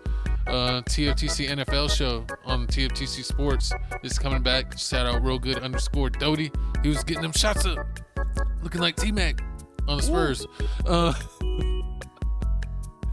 But a lot of fun coming. I'm going to try to get on TFTC Gaming. Let me get us to the side so you can check out Crib Reactions. We are at 16.4, almost 16.5K subs. Help us get to our next goal of 25,000. We got all kinds of videos that dropped recently. We talked about Cat's Eye. We got Love Bites. We got Kiss of Life. XG we dropped a video for them. And Ty Dolla $ign did a song with Espa Switchblade. We loved it. It's already got over 3K views. Because I took this screenshot a couple days ago. Shout out to my co-host for you already know, man. Keeping the Crib Reaction page popping and rocking. You see the views, you see the love, man. Continue showing us love. You see the subs, man. We almost we on the road to 20K. I mean, once we get to 20K, you can't tell us nothing. Who you know got a 20K channel? They're like, we know someone that's got 20 million. Hey. We're not talking about wrestling. But check out Crib Reactions. It's the #1 popping channel on TFTC Network. Tales from the Crib and TFTC Sports are on the way. Wild Heart? That'd have to be Patreon. Wild Heart? That'd have to Patreon. Oh, we could live stream the album. What? What you mean live stream album? Can we? We can listen to the album and live stream it on YouTube. So then people could still hook us up with super thanks and stuff. True. Okay. I got you. Comment down below if you want more live events from us. We've been doing that on TFTC Sports. My coach has been watching the NFL preseason. He's going to try to do that with the NFL games coming up. I got a game this Thursday. This Thursday. I'm doing the Raiders game. Last game I did a Tennessee Titan game. They only got like a couple views. This time It was going up, yeah, even after the stream. True. People like live streams even after the stream. It's crazy how they do. It's definitely crazy, but y'all definitely need to check it out, man. Thank you for supporting the reaction page and all the pages. Gaming channel definitely will be coming. Get that to soon. 1,000 subs. That's the baby channel. Exactly. That's like whenever we have free time randomly channel. I'm surprised we got that has high. been none lately. We haven't probably dropped that video in like 6 months. But I'm gonna record some skating. I got all kinds of cool gear on my skater and skate. He's got dunks. So I think we got like all kinds 400? of boards.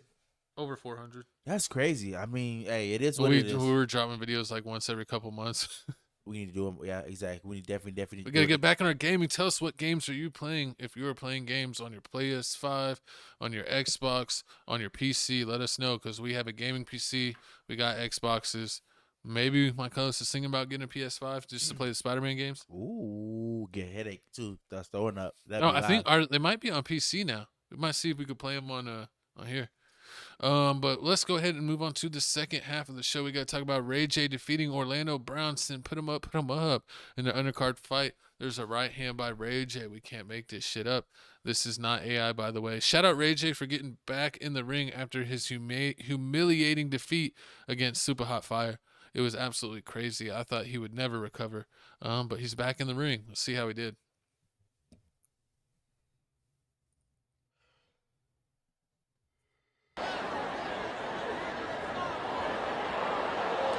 Was that Fat Nick or whatever? Was that one of them? Or is these two different fat dudes? Two different fat dudes. Fan cams. Shout out the fan cams.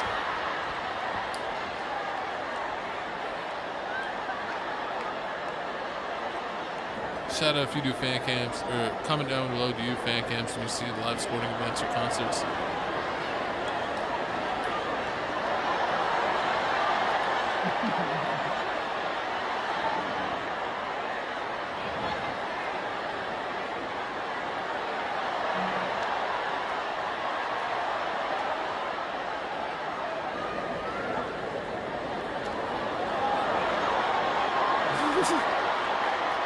He looks fake.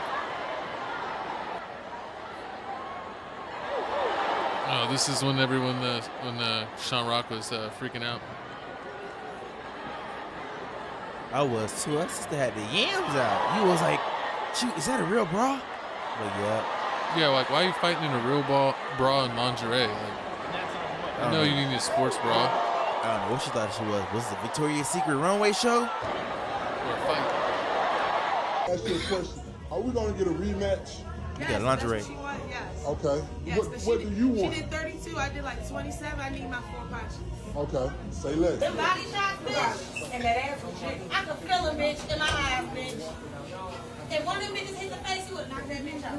I dare them bitches. You know what you kept doing? She kept pulling back and launching. God, I'm like, oh shit. I know that shit. I was trying to It barely get out. It gone. Damn, it's over, bro. It's done. It was a simulation. Now fighting. Wow. Look at Ray J. Ray J finally won him a fight. I mean, if you didn't know, this whole Ray J situation is crazy. First off, I want to say I'm just surprised as hell Brandy showed up because I thought Brandy finally rejected him after Ray J. She still loves her brother. What are you talking about? Yeah, but I mean, after a while, like he was doing embarrassing stuff. Like, that's true. He had the little gun situation with the princess, where like he flashed it on the camera, like the booty goons on the radio. He had the booty gun. That's real old. I mean, but it's still a problem. Sure, I mean that's definitely still a problem. I mean, Ray just was doing countless crazy things that you just don't understand. Like him being with all these girls, being just straight up disrespectful, and the fact that Brandy actually showed up to this fight. That was definitely love. And then after Ray J got the win, he did a whole FaceTime with the princess, and like she was even giving him love and giving him praise and everything, saying he looked good. So I definitely have to say that was some definitely shocking moments about the whole situation here. But just if you don't remember, just 2 months ago, Ray J would say he on his deathbed about to die. Then next thing, didn't he have like kidney failure? He had like some kidney failure, heart failure. He said like his heart was like 25-30%, and now he over here doing 2 boxing fights. I don't know what's going on with Ray J. But I mean, I think that's the only reason he took the fight is because it was Orlando Brown. I mean, you're basically fighting the special needs kids. It's like if me and you got in the ring. Easy work. Easy work. Barbecue chicken. For me. You barbecue chicken with the rice on the side. I don't even need the macaroni and cheese and cake. You're just trying to. Never mind. Exactly. This guy's a freak. Exactly. No, but these fights were funny. Did he know baby oil? This is why we need Seth back. We need someone to sit in the middle. Oh, that makes it sound worse. Oh Lord. No Diddy. But these fights were funny. I saw those big dudes. What is it, Xavier and Noah? Yeah. And that was funny. They were just like teeter and tottering. Ray J almost looked like he went stiff and just started swinging his arms like an action figure. Like he still doesn't know how to fight. That Big Lex fight versus what's it, Tashiki? Yeah. Was hilarious just to see Chrisean's live reaction where she was like trying to get in the ring through the TV. It was hilarious. But yeah, Big Lex looked good. She looked like she was the best fighter out there.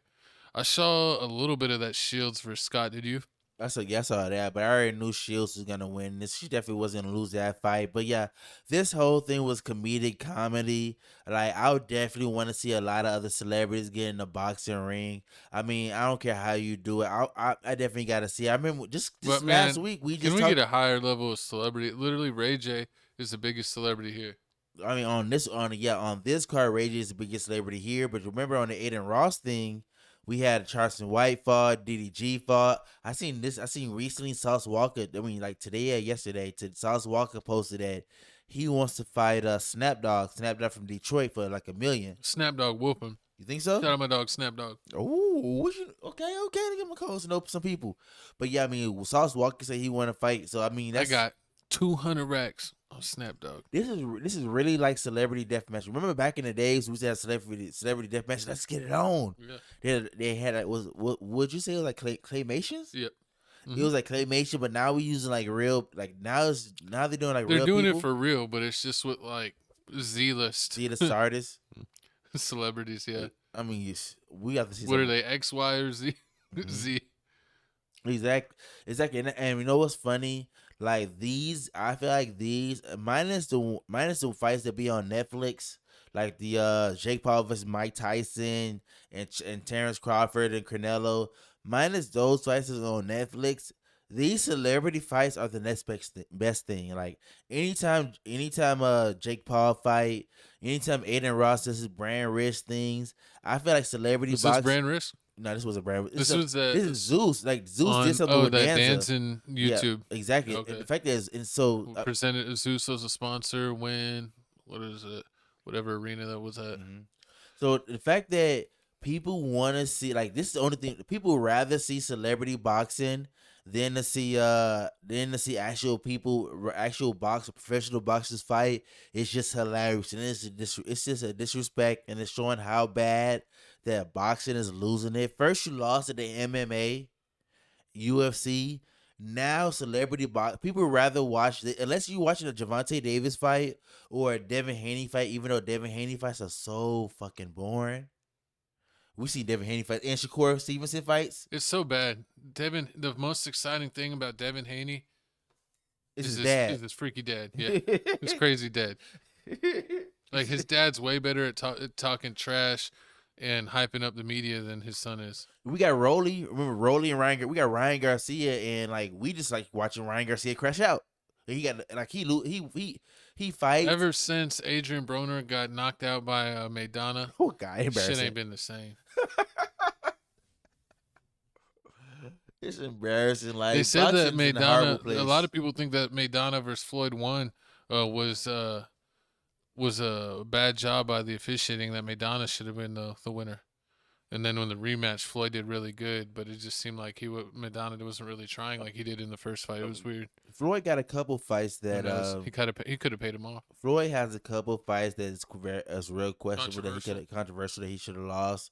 I definitely give you that. Like that one fight when like he when the refs made him come in the middle of the ring. The cruise, and he acted like he was going to touch gloves, and he hit him with the uppercut, and then people are like, "No, you gotta protect yourself at all times." It's like so even if I fake like, "Oh, I accidentally hit you in the crotch, let me dab you up," and then I smack you, it's illegal, baby. Exactly. And then people were like, "Somebody boo that man." That's crazy. But like I was saying before, like people would rather watch a Jake Paul fight than Teofimo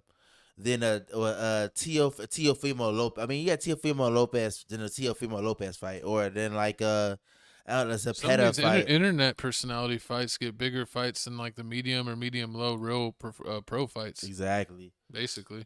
Basically, nobody wants to see him. You got Earl Spence Jr. Earl Spence out here.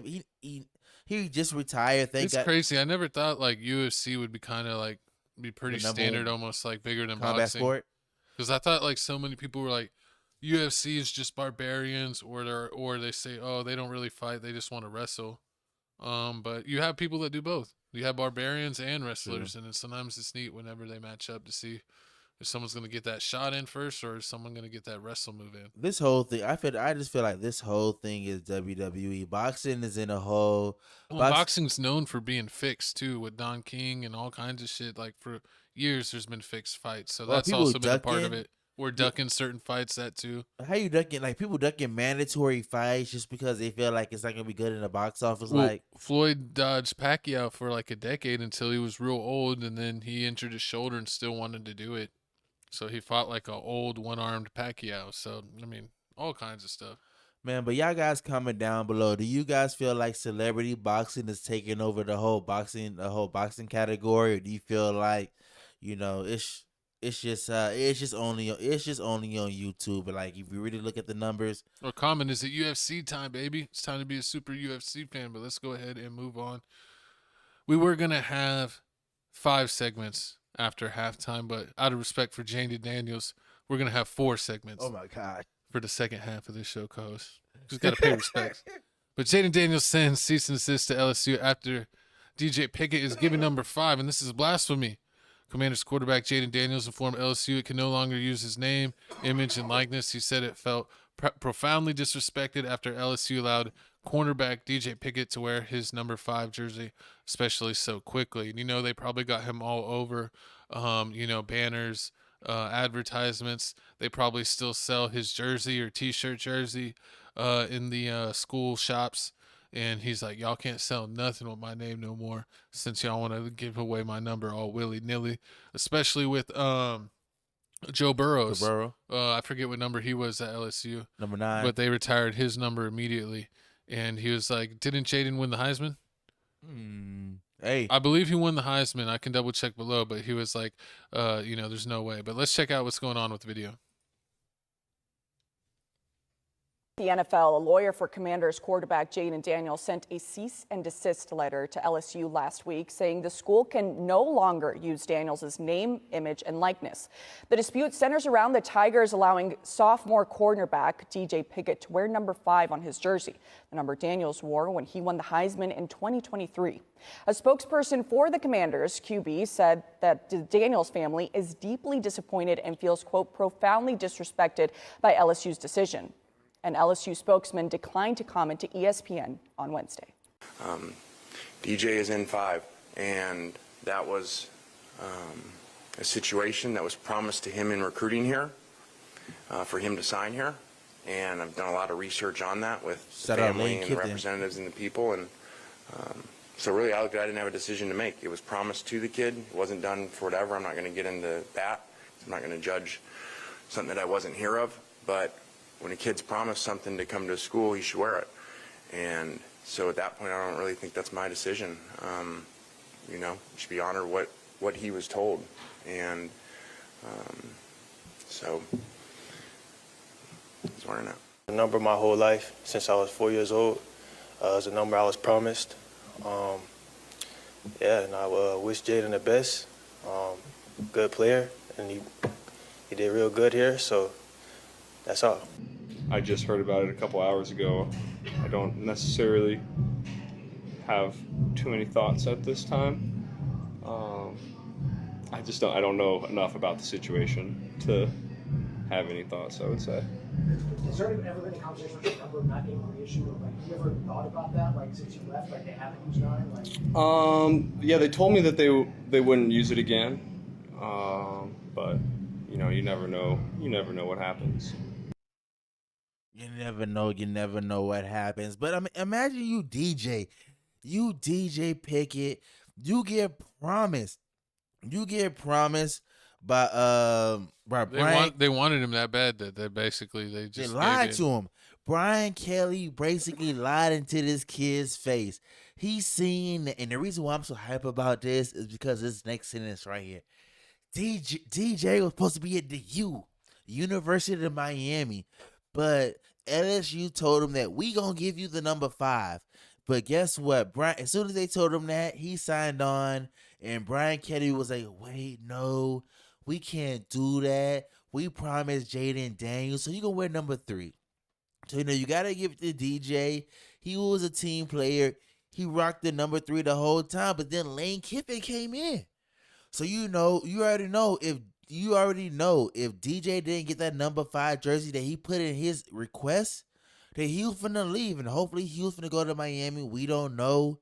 But Lane Kiffin kept it real and gave him the number 5 jersey. And the fact that Jayden Daniels is upset just because he feels like he's the greatest LSU player of all time, which isn't true. I gotta tell you, which isn't true. Yeah, he has amazing numbers.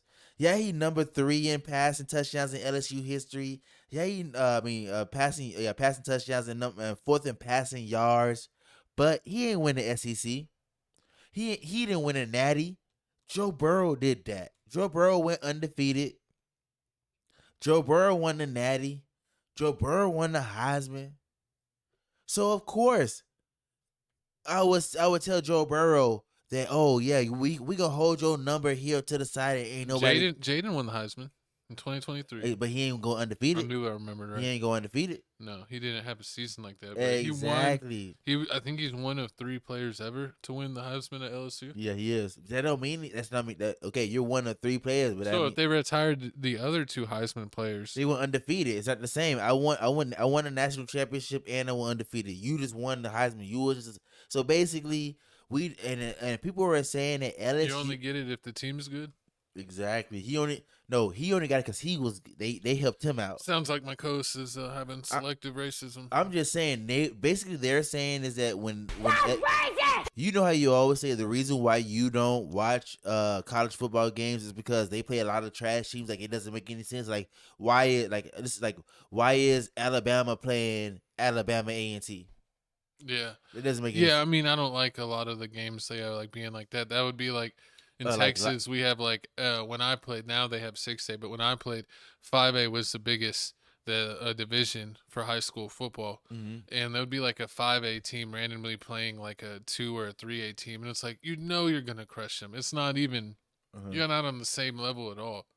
Exactly. It's just, and it's like why even have a schedule like that? Exactly, and that's what a lot of people were saying. Like a lot of people were saying, like he was stat padding. Like some of the games were like they played like those teams were like they crushed already, and like by the second half, the starting quarterback out.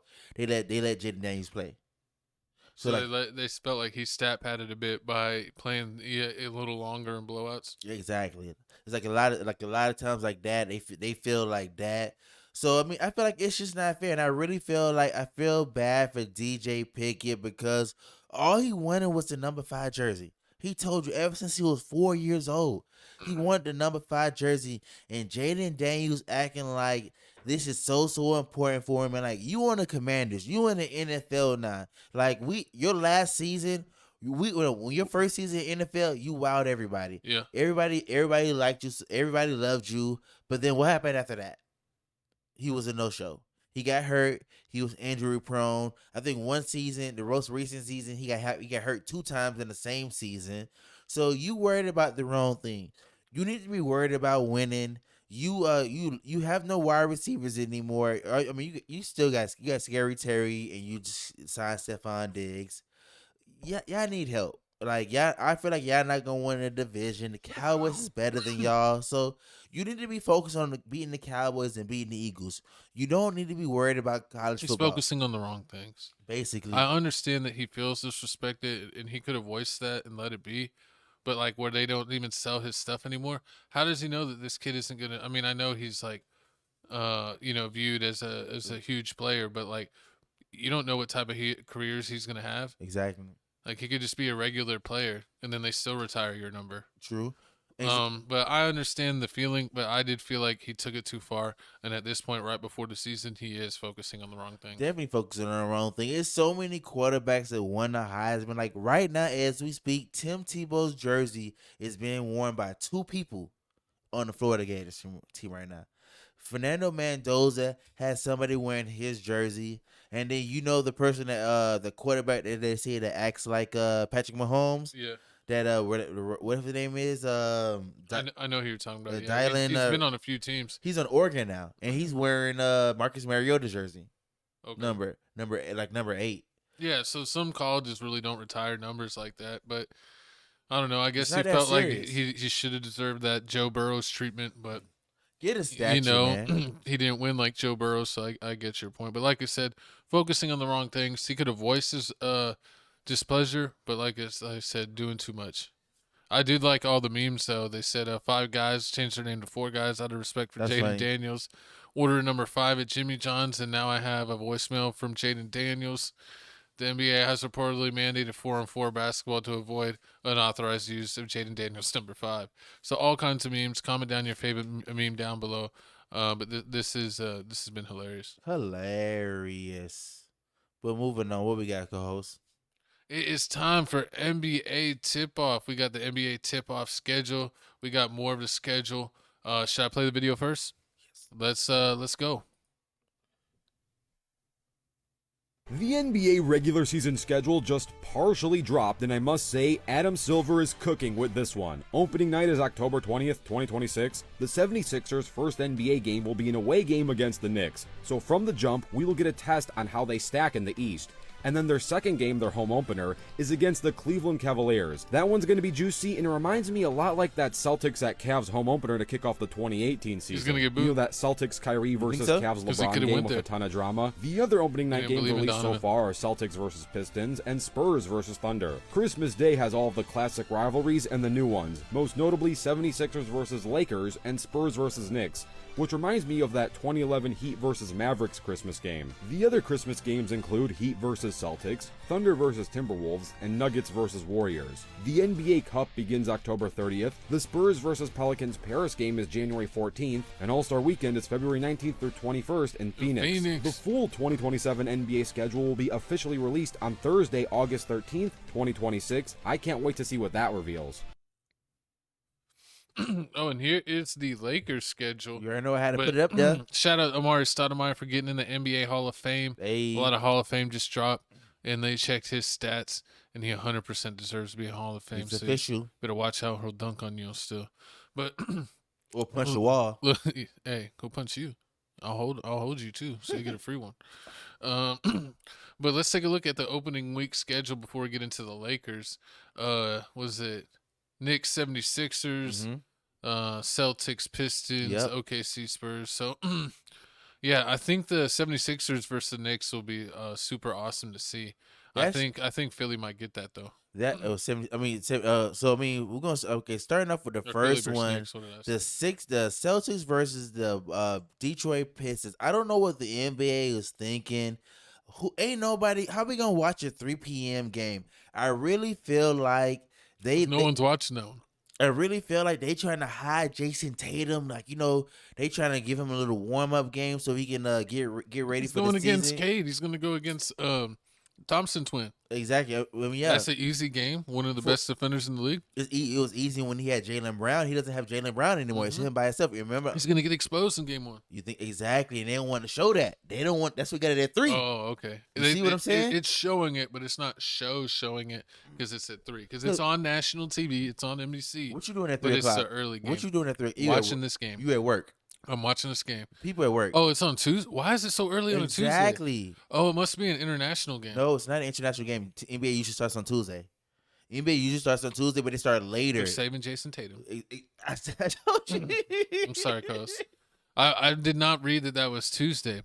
They saving Jason Tatum. They don't want you to see it. They don't want you to see it. You're going to get cooked. Jason Tatum's about to get cooked. They said you better make sure you set your recorder if you want to catch this whole game. If not, you're catching highlights, and we ain't showing none of Jason Tatum getting cooked. Exactly. Boston Celtics about to get mollywop. Like you said, Amir Thompson finna lock down Jason Tatum. And who they got? They ain't getting nobody else. No. I mean, they got PG, Paul George. Yeah. So I mean, I don't know how you feel about him, but okay. But then, the Celtics got Mitchell Robinson from the Knicks. You think Mitchell Robinson from the Knicks He's gonna do something against Jaylen? He's gonna start, come off the bench. I mean, think about it. But you got the center for the ball. You got the center for the Detroit Pistons that's arguing about his contract. He wants a big contract still. Oh yeah, they still haven't worked that out. So do you think he's gonna hold out or not? He has to show out. No, is he gonna hold out? They still don't have an agreement. He needs to play and show out. Yeah. He can't hold out. Yeah, but isn't he under like no contract right now? Doesn't he have to agree to something? I mean, even if it's like a 1 year okay, with a player option? I give you this. If he doesn't play, Celtics win. Jaylen and Jason Tatum saved. If he plays, Celtics getting mollywop. Yeah. Payton Pritchard better drop 50. Yeah, facts. That's the crazy part. And then we got we'll move to the next game. The Lakers. Do you think that Chet cried when he saw the opening night was against the Spurs? Of and course. He was like, I'm right back into the nightmare. I close my eyes, I awaken, and the alien is still there. Of course. He called his therapist. He called his therapist as soon as he saw the NBA schedule. Do you think he hit Ben Simmons in the group text? You got enough space on that boat. You gotta go fishing. We need to heal, Ben. I need healing. I mean, put out some workout videos. That is definitely embarrassing. How like I don't like the NBA is definitely trying to force this rivalry, but I keep trying to tell my co-hosts it's not a rivalry if the Spurs keep whooping that ass. Exactly, and I say you like if OKC loses this opening game, I don't want to hear no more about Spurs and OKC are the best team in the West. No. OKC is fell off. Even if OKC still ends up being the number 1 seed, do you think that you're just not going to respect them until the playoffs? I don't feel like they're going to be. They lost too many pieces. Oh, that's true. They lost Dort. They lost Wiggins. They lost one more guy. Wiggins and Joe. Isaiah Joe. Yeah, they did lose a lot of depth. They were about 13 players deep, and now they're probably about like 9, 8-ish. Exactly. So it's going to be interesting to see if they have the other guys that were further deep or the new guys that they drafted step up. So that'll be interesting. Minnesota versus Miami. I think Minnesota's going to win. Wait, hold on. We do the Knicks in the I missed the Knicks in the Sixers. Do you feel like Philly's going to win? I mean, not besides the fact that Philly's going to win. Philly they lost Mitchell. They don't have a backup big like that. Philly I forget who they got. Philly overall. Drummond? Do you feel like Philly They got Drummond? Do you feel like the 76ers is the favorite that make it out the East? Yeah, and they also got the easiest schedule. They got the least amount of back-to-backs and the least amount of 3 games in 5 nights. So they didn't play some of the harder teams from the Western Conference until they're like a month or 2 into the season. So they get to really get their team together and beat up on the Eastern teams. And then once they're ready, they'll face the West teams. Wow. It's literally like freaking catered. Yeah, like the most cakiest cakewalk. Like you know, the schedule is the schedule in the NBA, but still, it's the easiest that they've ever had it. That's crazy. They did get the easiest rated schedule. So they trying to get LeBron his first ring. They're trying to give him breaks. They're trying to give him no back to backs. They trying to get tied with Jordan. They tied with Jordan what? I mean, because they said no. This is what they always say. They say no matter every team that Bron goes to his second season, he wins the ring. So if he wins the ring his first season, that'd be random. Because the only thing that was guaranteed was the second season. Only thing I'm guaranteeing from this is his second season with the Sixers. That's the only time I feel like he's gonna win the ring. If he wins the ring this season, that'll be on some humdum luck. So I feel like he's gonna get 2 rings with the Sixers back to back, and he's gonna win. He's gonna be tied with Michael Jordan. Yeah, And but then, no, and it's then not gonna happen. And then what will people say? They're People not gonna say, be. Embiid isn't gonna stay that healthy. What? LeBron's probably not gonna stay that healthy, even with this cake schedule.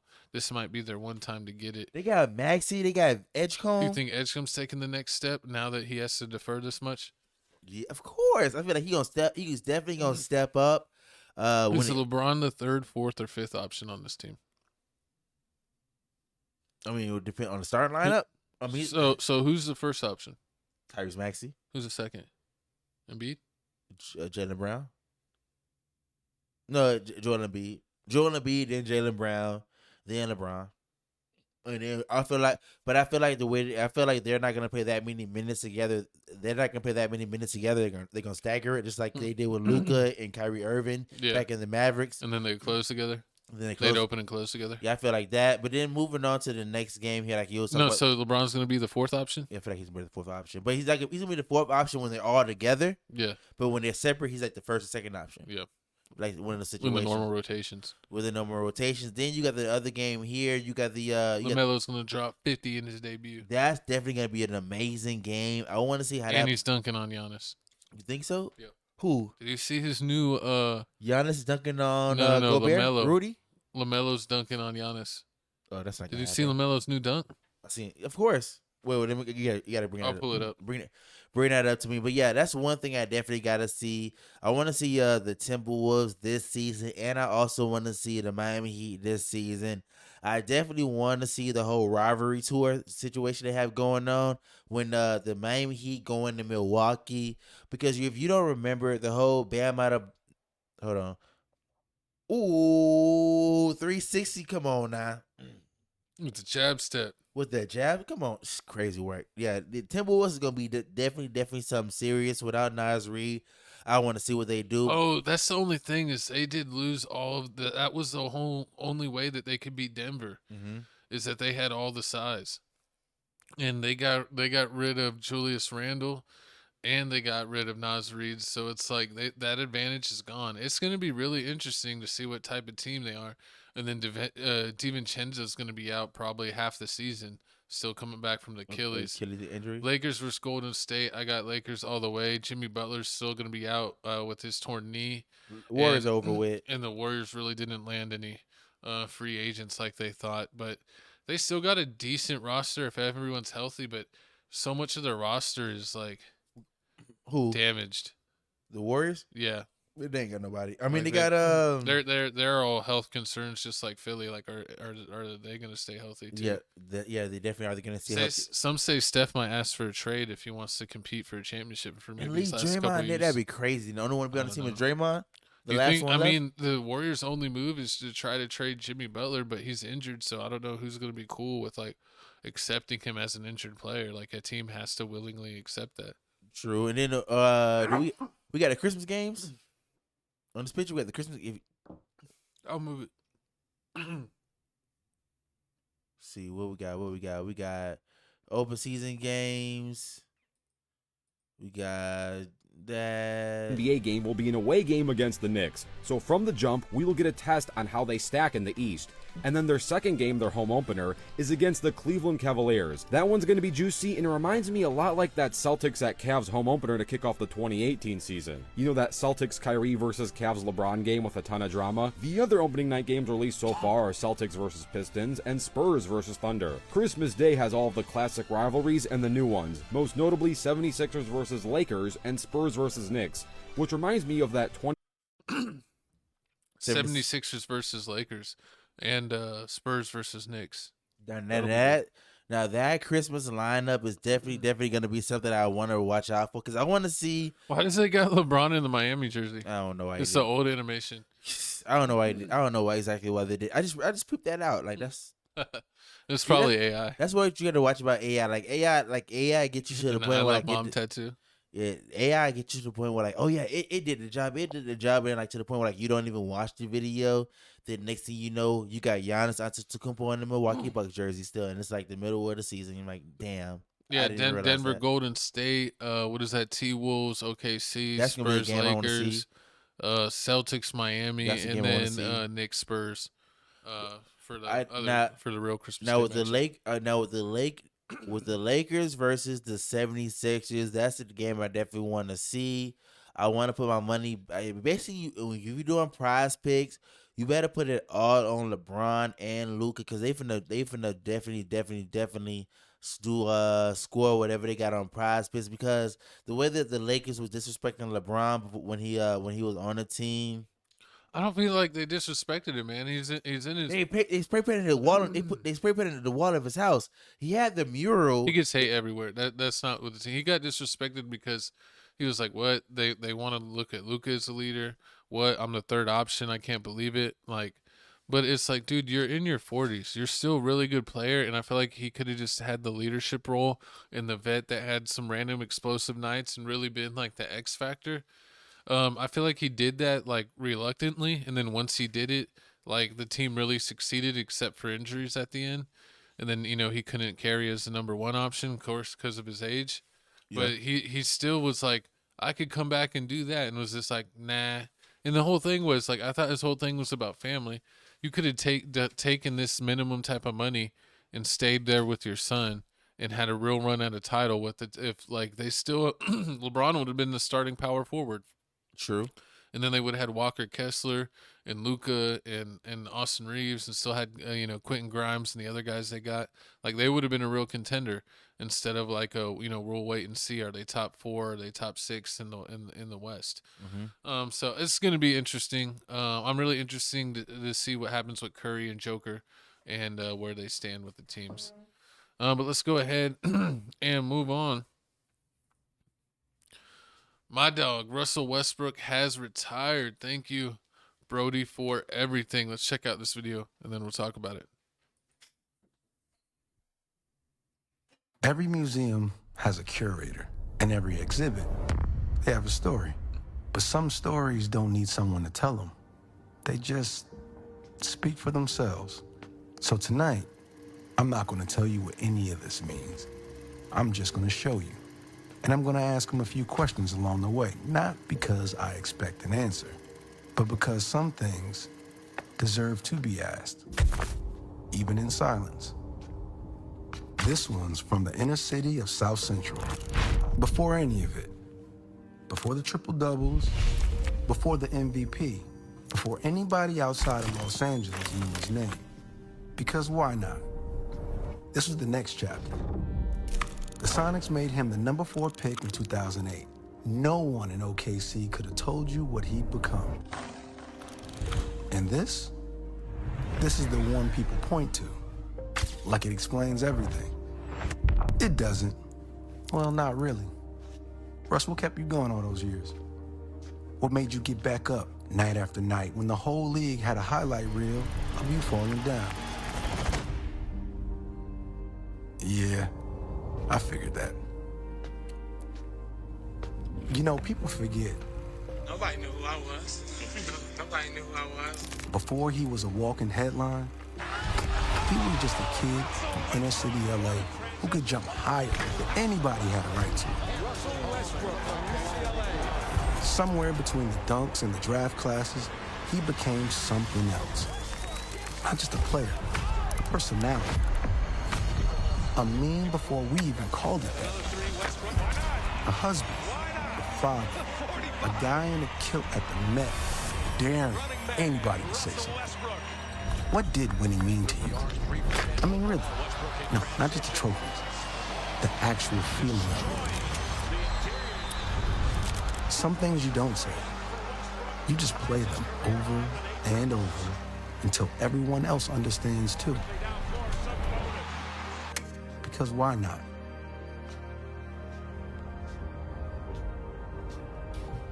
This swing isn't finished yet. That's not a mistake. We left it this way on purpose. Because whatever's next, the mentorship, the foundation, the kids who are gonna grow up wanting to move just like he did, that part hasn't been built yet either. Were you ever afraid of what happens after the game stops needing you? This swing isn't finished. Neither is he. And that's the point. Last question. Now that you decided to step away from everything, on your own terms, what are you the most proud of?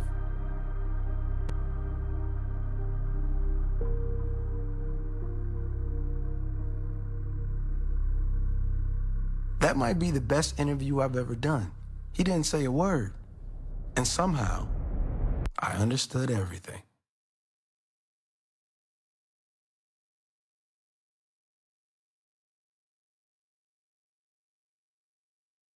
I mean, clank. Like, straight to skip. I don't know when I started calling him Westbrook. It was somewhere in that period. Maybe it was the end of Oklahoma City. I don't know. Westbrook. And I'm pretty sure I was the first to call him Westbrook because he deserved being called Westbrook because that's what he often shot from three. He did wind up a 34% three-point shooter.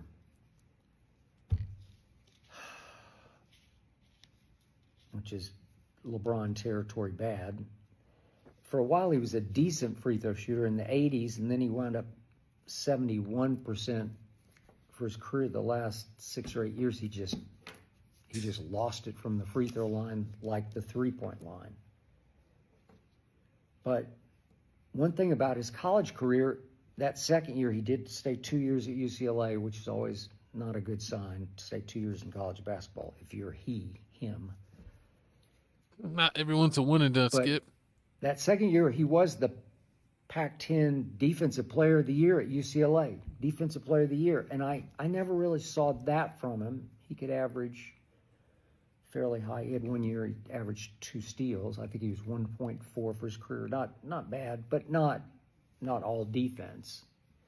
Could be a liability on defense because he fixated and focused so much on scoring and offensive rebounding and assisting.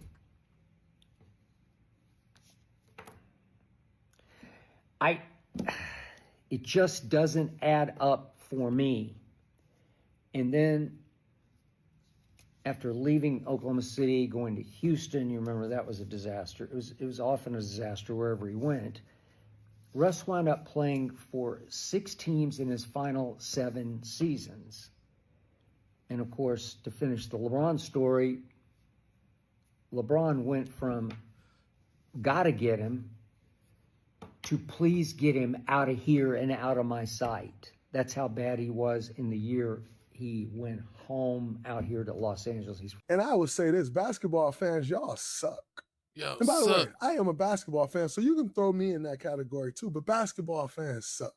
Because for the last 8 to 10 years, all this guy has heard is how bad he sucks, how he don't shoot it well, how he's stat pad, and how he mess up teams. And when you're in this game, and that's all you see, that's all you hear, you power through it, you fight through it because that's who we are, that's what we do. But man, that shit is irritating. In person. No Russell Westbrook slander will be tolerated. It's crazy to say that, he's not in Skip's Hall of Fame. He's 100% first ballot Hall of Famer. I mean, how many players get an MVP, 9-time All-Star, or All-NBA, 9-time All-Star, averaged 21 points, 8 assists, and 7 rebounds.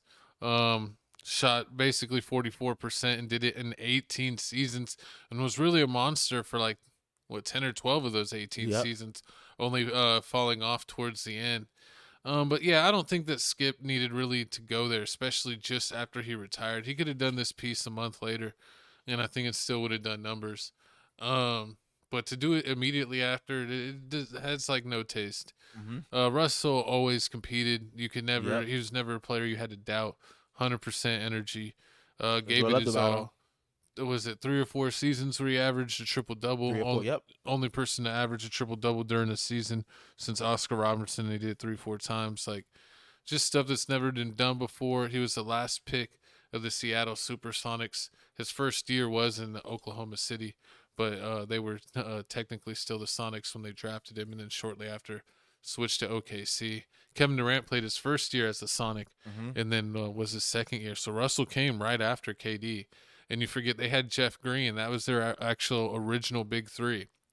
And then they got James Harden. And then eventually they got rid of Jeff Green and got Serge Ibaka. So they kind of had a big 4. And then, they had Cephalosha. And then they eventually got Perkins. They had some great teams. And then Kevin Durant backstabbed them and went to the Warriors. And Russell went crazy, triple-double mode, and got his MVP by leading a scrub team to like a 7th seed or 6th seed in the West, and averaging a triple-double, and that's how he got his MVP. So super entertaining. Definitely top 2. Him and Derrick Rose, most athletic point guard of all time. Always good at defense, rim rocker. But it's just a shame. I wish his shot would have got better instead of got worse. It was weird how he had a really good mid-range, a really good pull-up, and then on and off again 3-point shooter. Some nights he was hot, sometimes he was cold, but shot definitely at least league average. And then he lost his mid-range, was pretty much unreliable, and then went to the point where he had no 3 and shot well below 3-point average, where teams completely stopped guarding him. So it's a shame. If he would have been able to continue his shooting as he got older, he definitely could have even played farther like LeBron. He definitely had the body to do it, and the health. But it's just a shame how his career ended with his playing style and the way that people picked on him. I think he should have been celebrated, but I do understand some of Skip's talking points. Do you have any criticisms on Westbrook? What do you think? I just feel like, what the hell are y'all talking about? Kevin, when Westbrook started dropping these triple doubles, it was right, like you said, it was right when Kevin Durant backstabbed him and left the team. And you know who he had left? He had Oladipo, Andre Robertson. He had the rookie. What's it called from the? He's Sabonis. Yeah, and he had Kyle Singler in them. Well, ain't no 3-pointers on that team. If you remember the Warriors out there chucking threes, making threes. Ain't nobody making threes on that team. So they were just fast break, but they were like the Suns, but without the shooting. Exactly. And all Westbrook had was that mid-range shot that he'd make every now and then. Like he ran real fast and in his prime, he made it like at a high percentage. It wasn't just like here or there. His threes were here or there in his prime, but his mid-range was damn near automatic.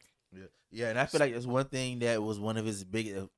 I think that's one of the things that stopped Westbrook the most, was the fact that he never ended up with a 3-point shot or a consistent mid shot. Then he lost his 2.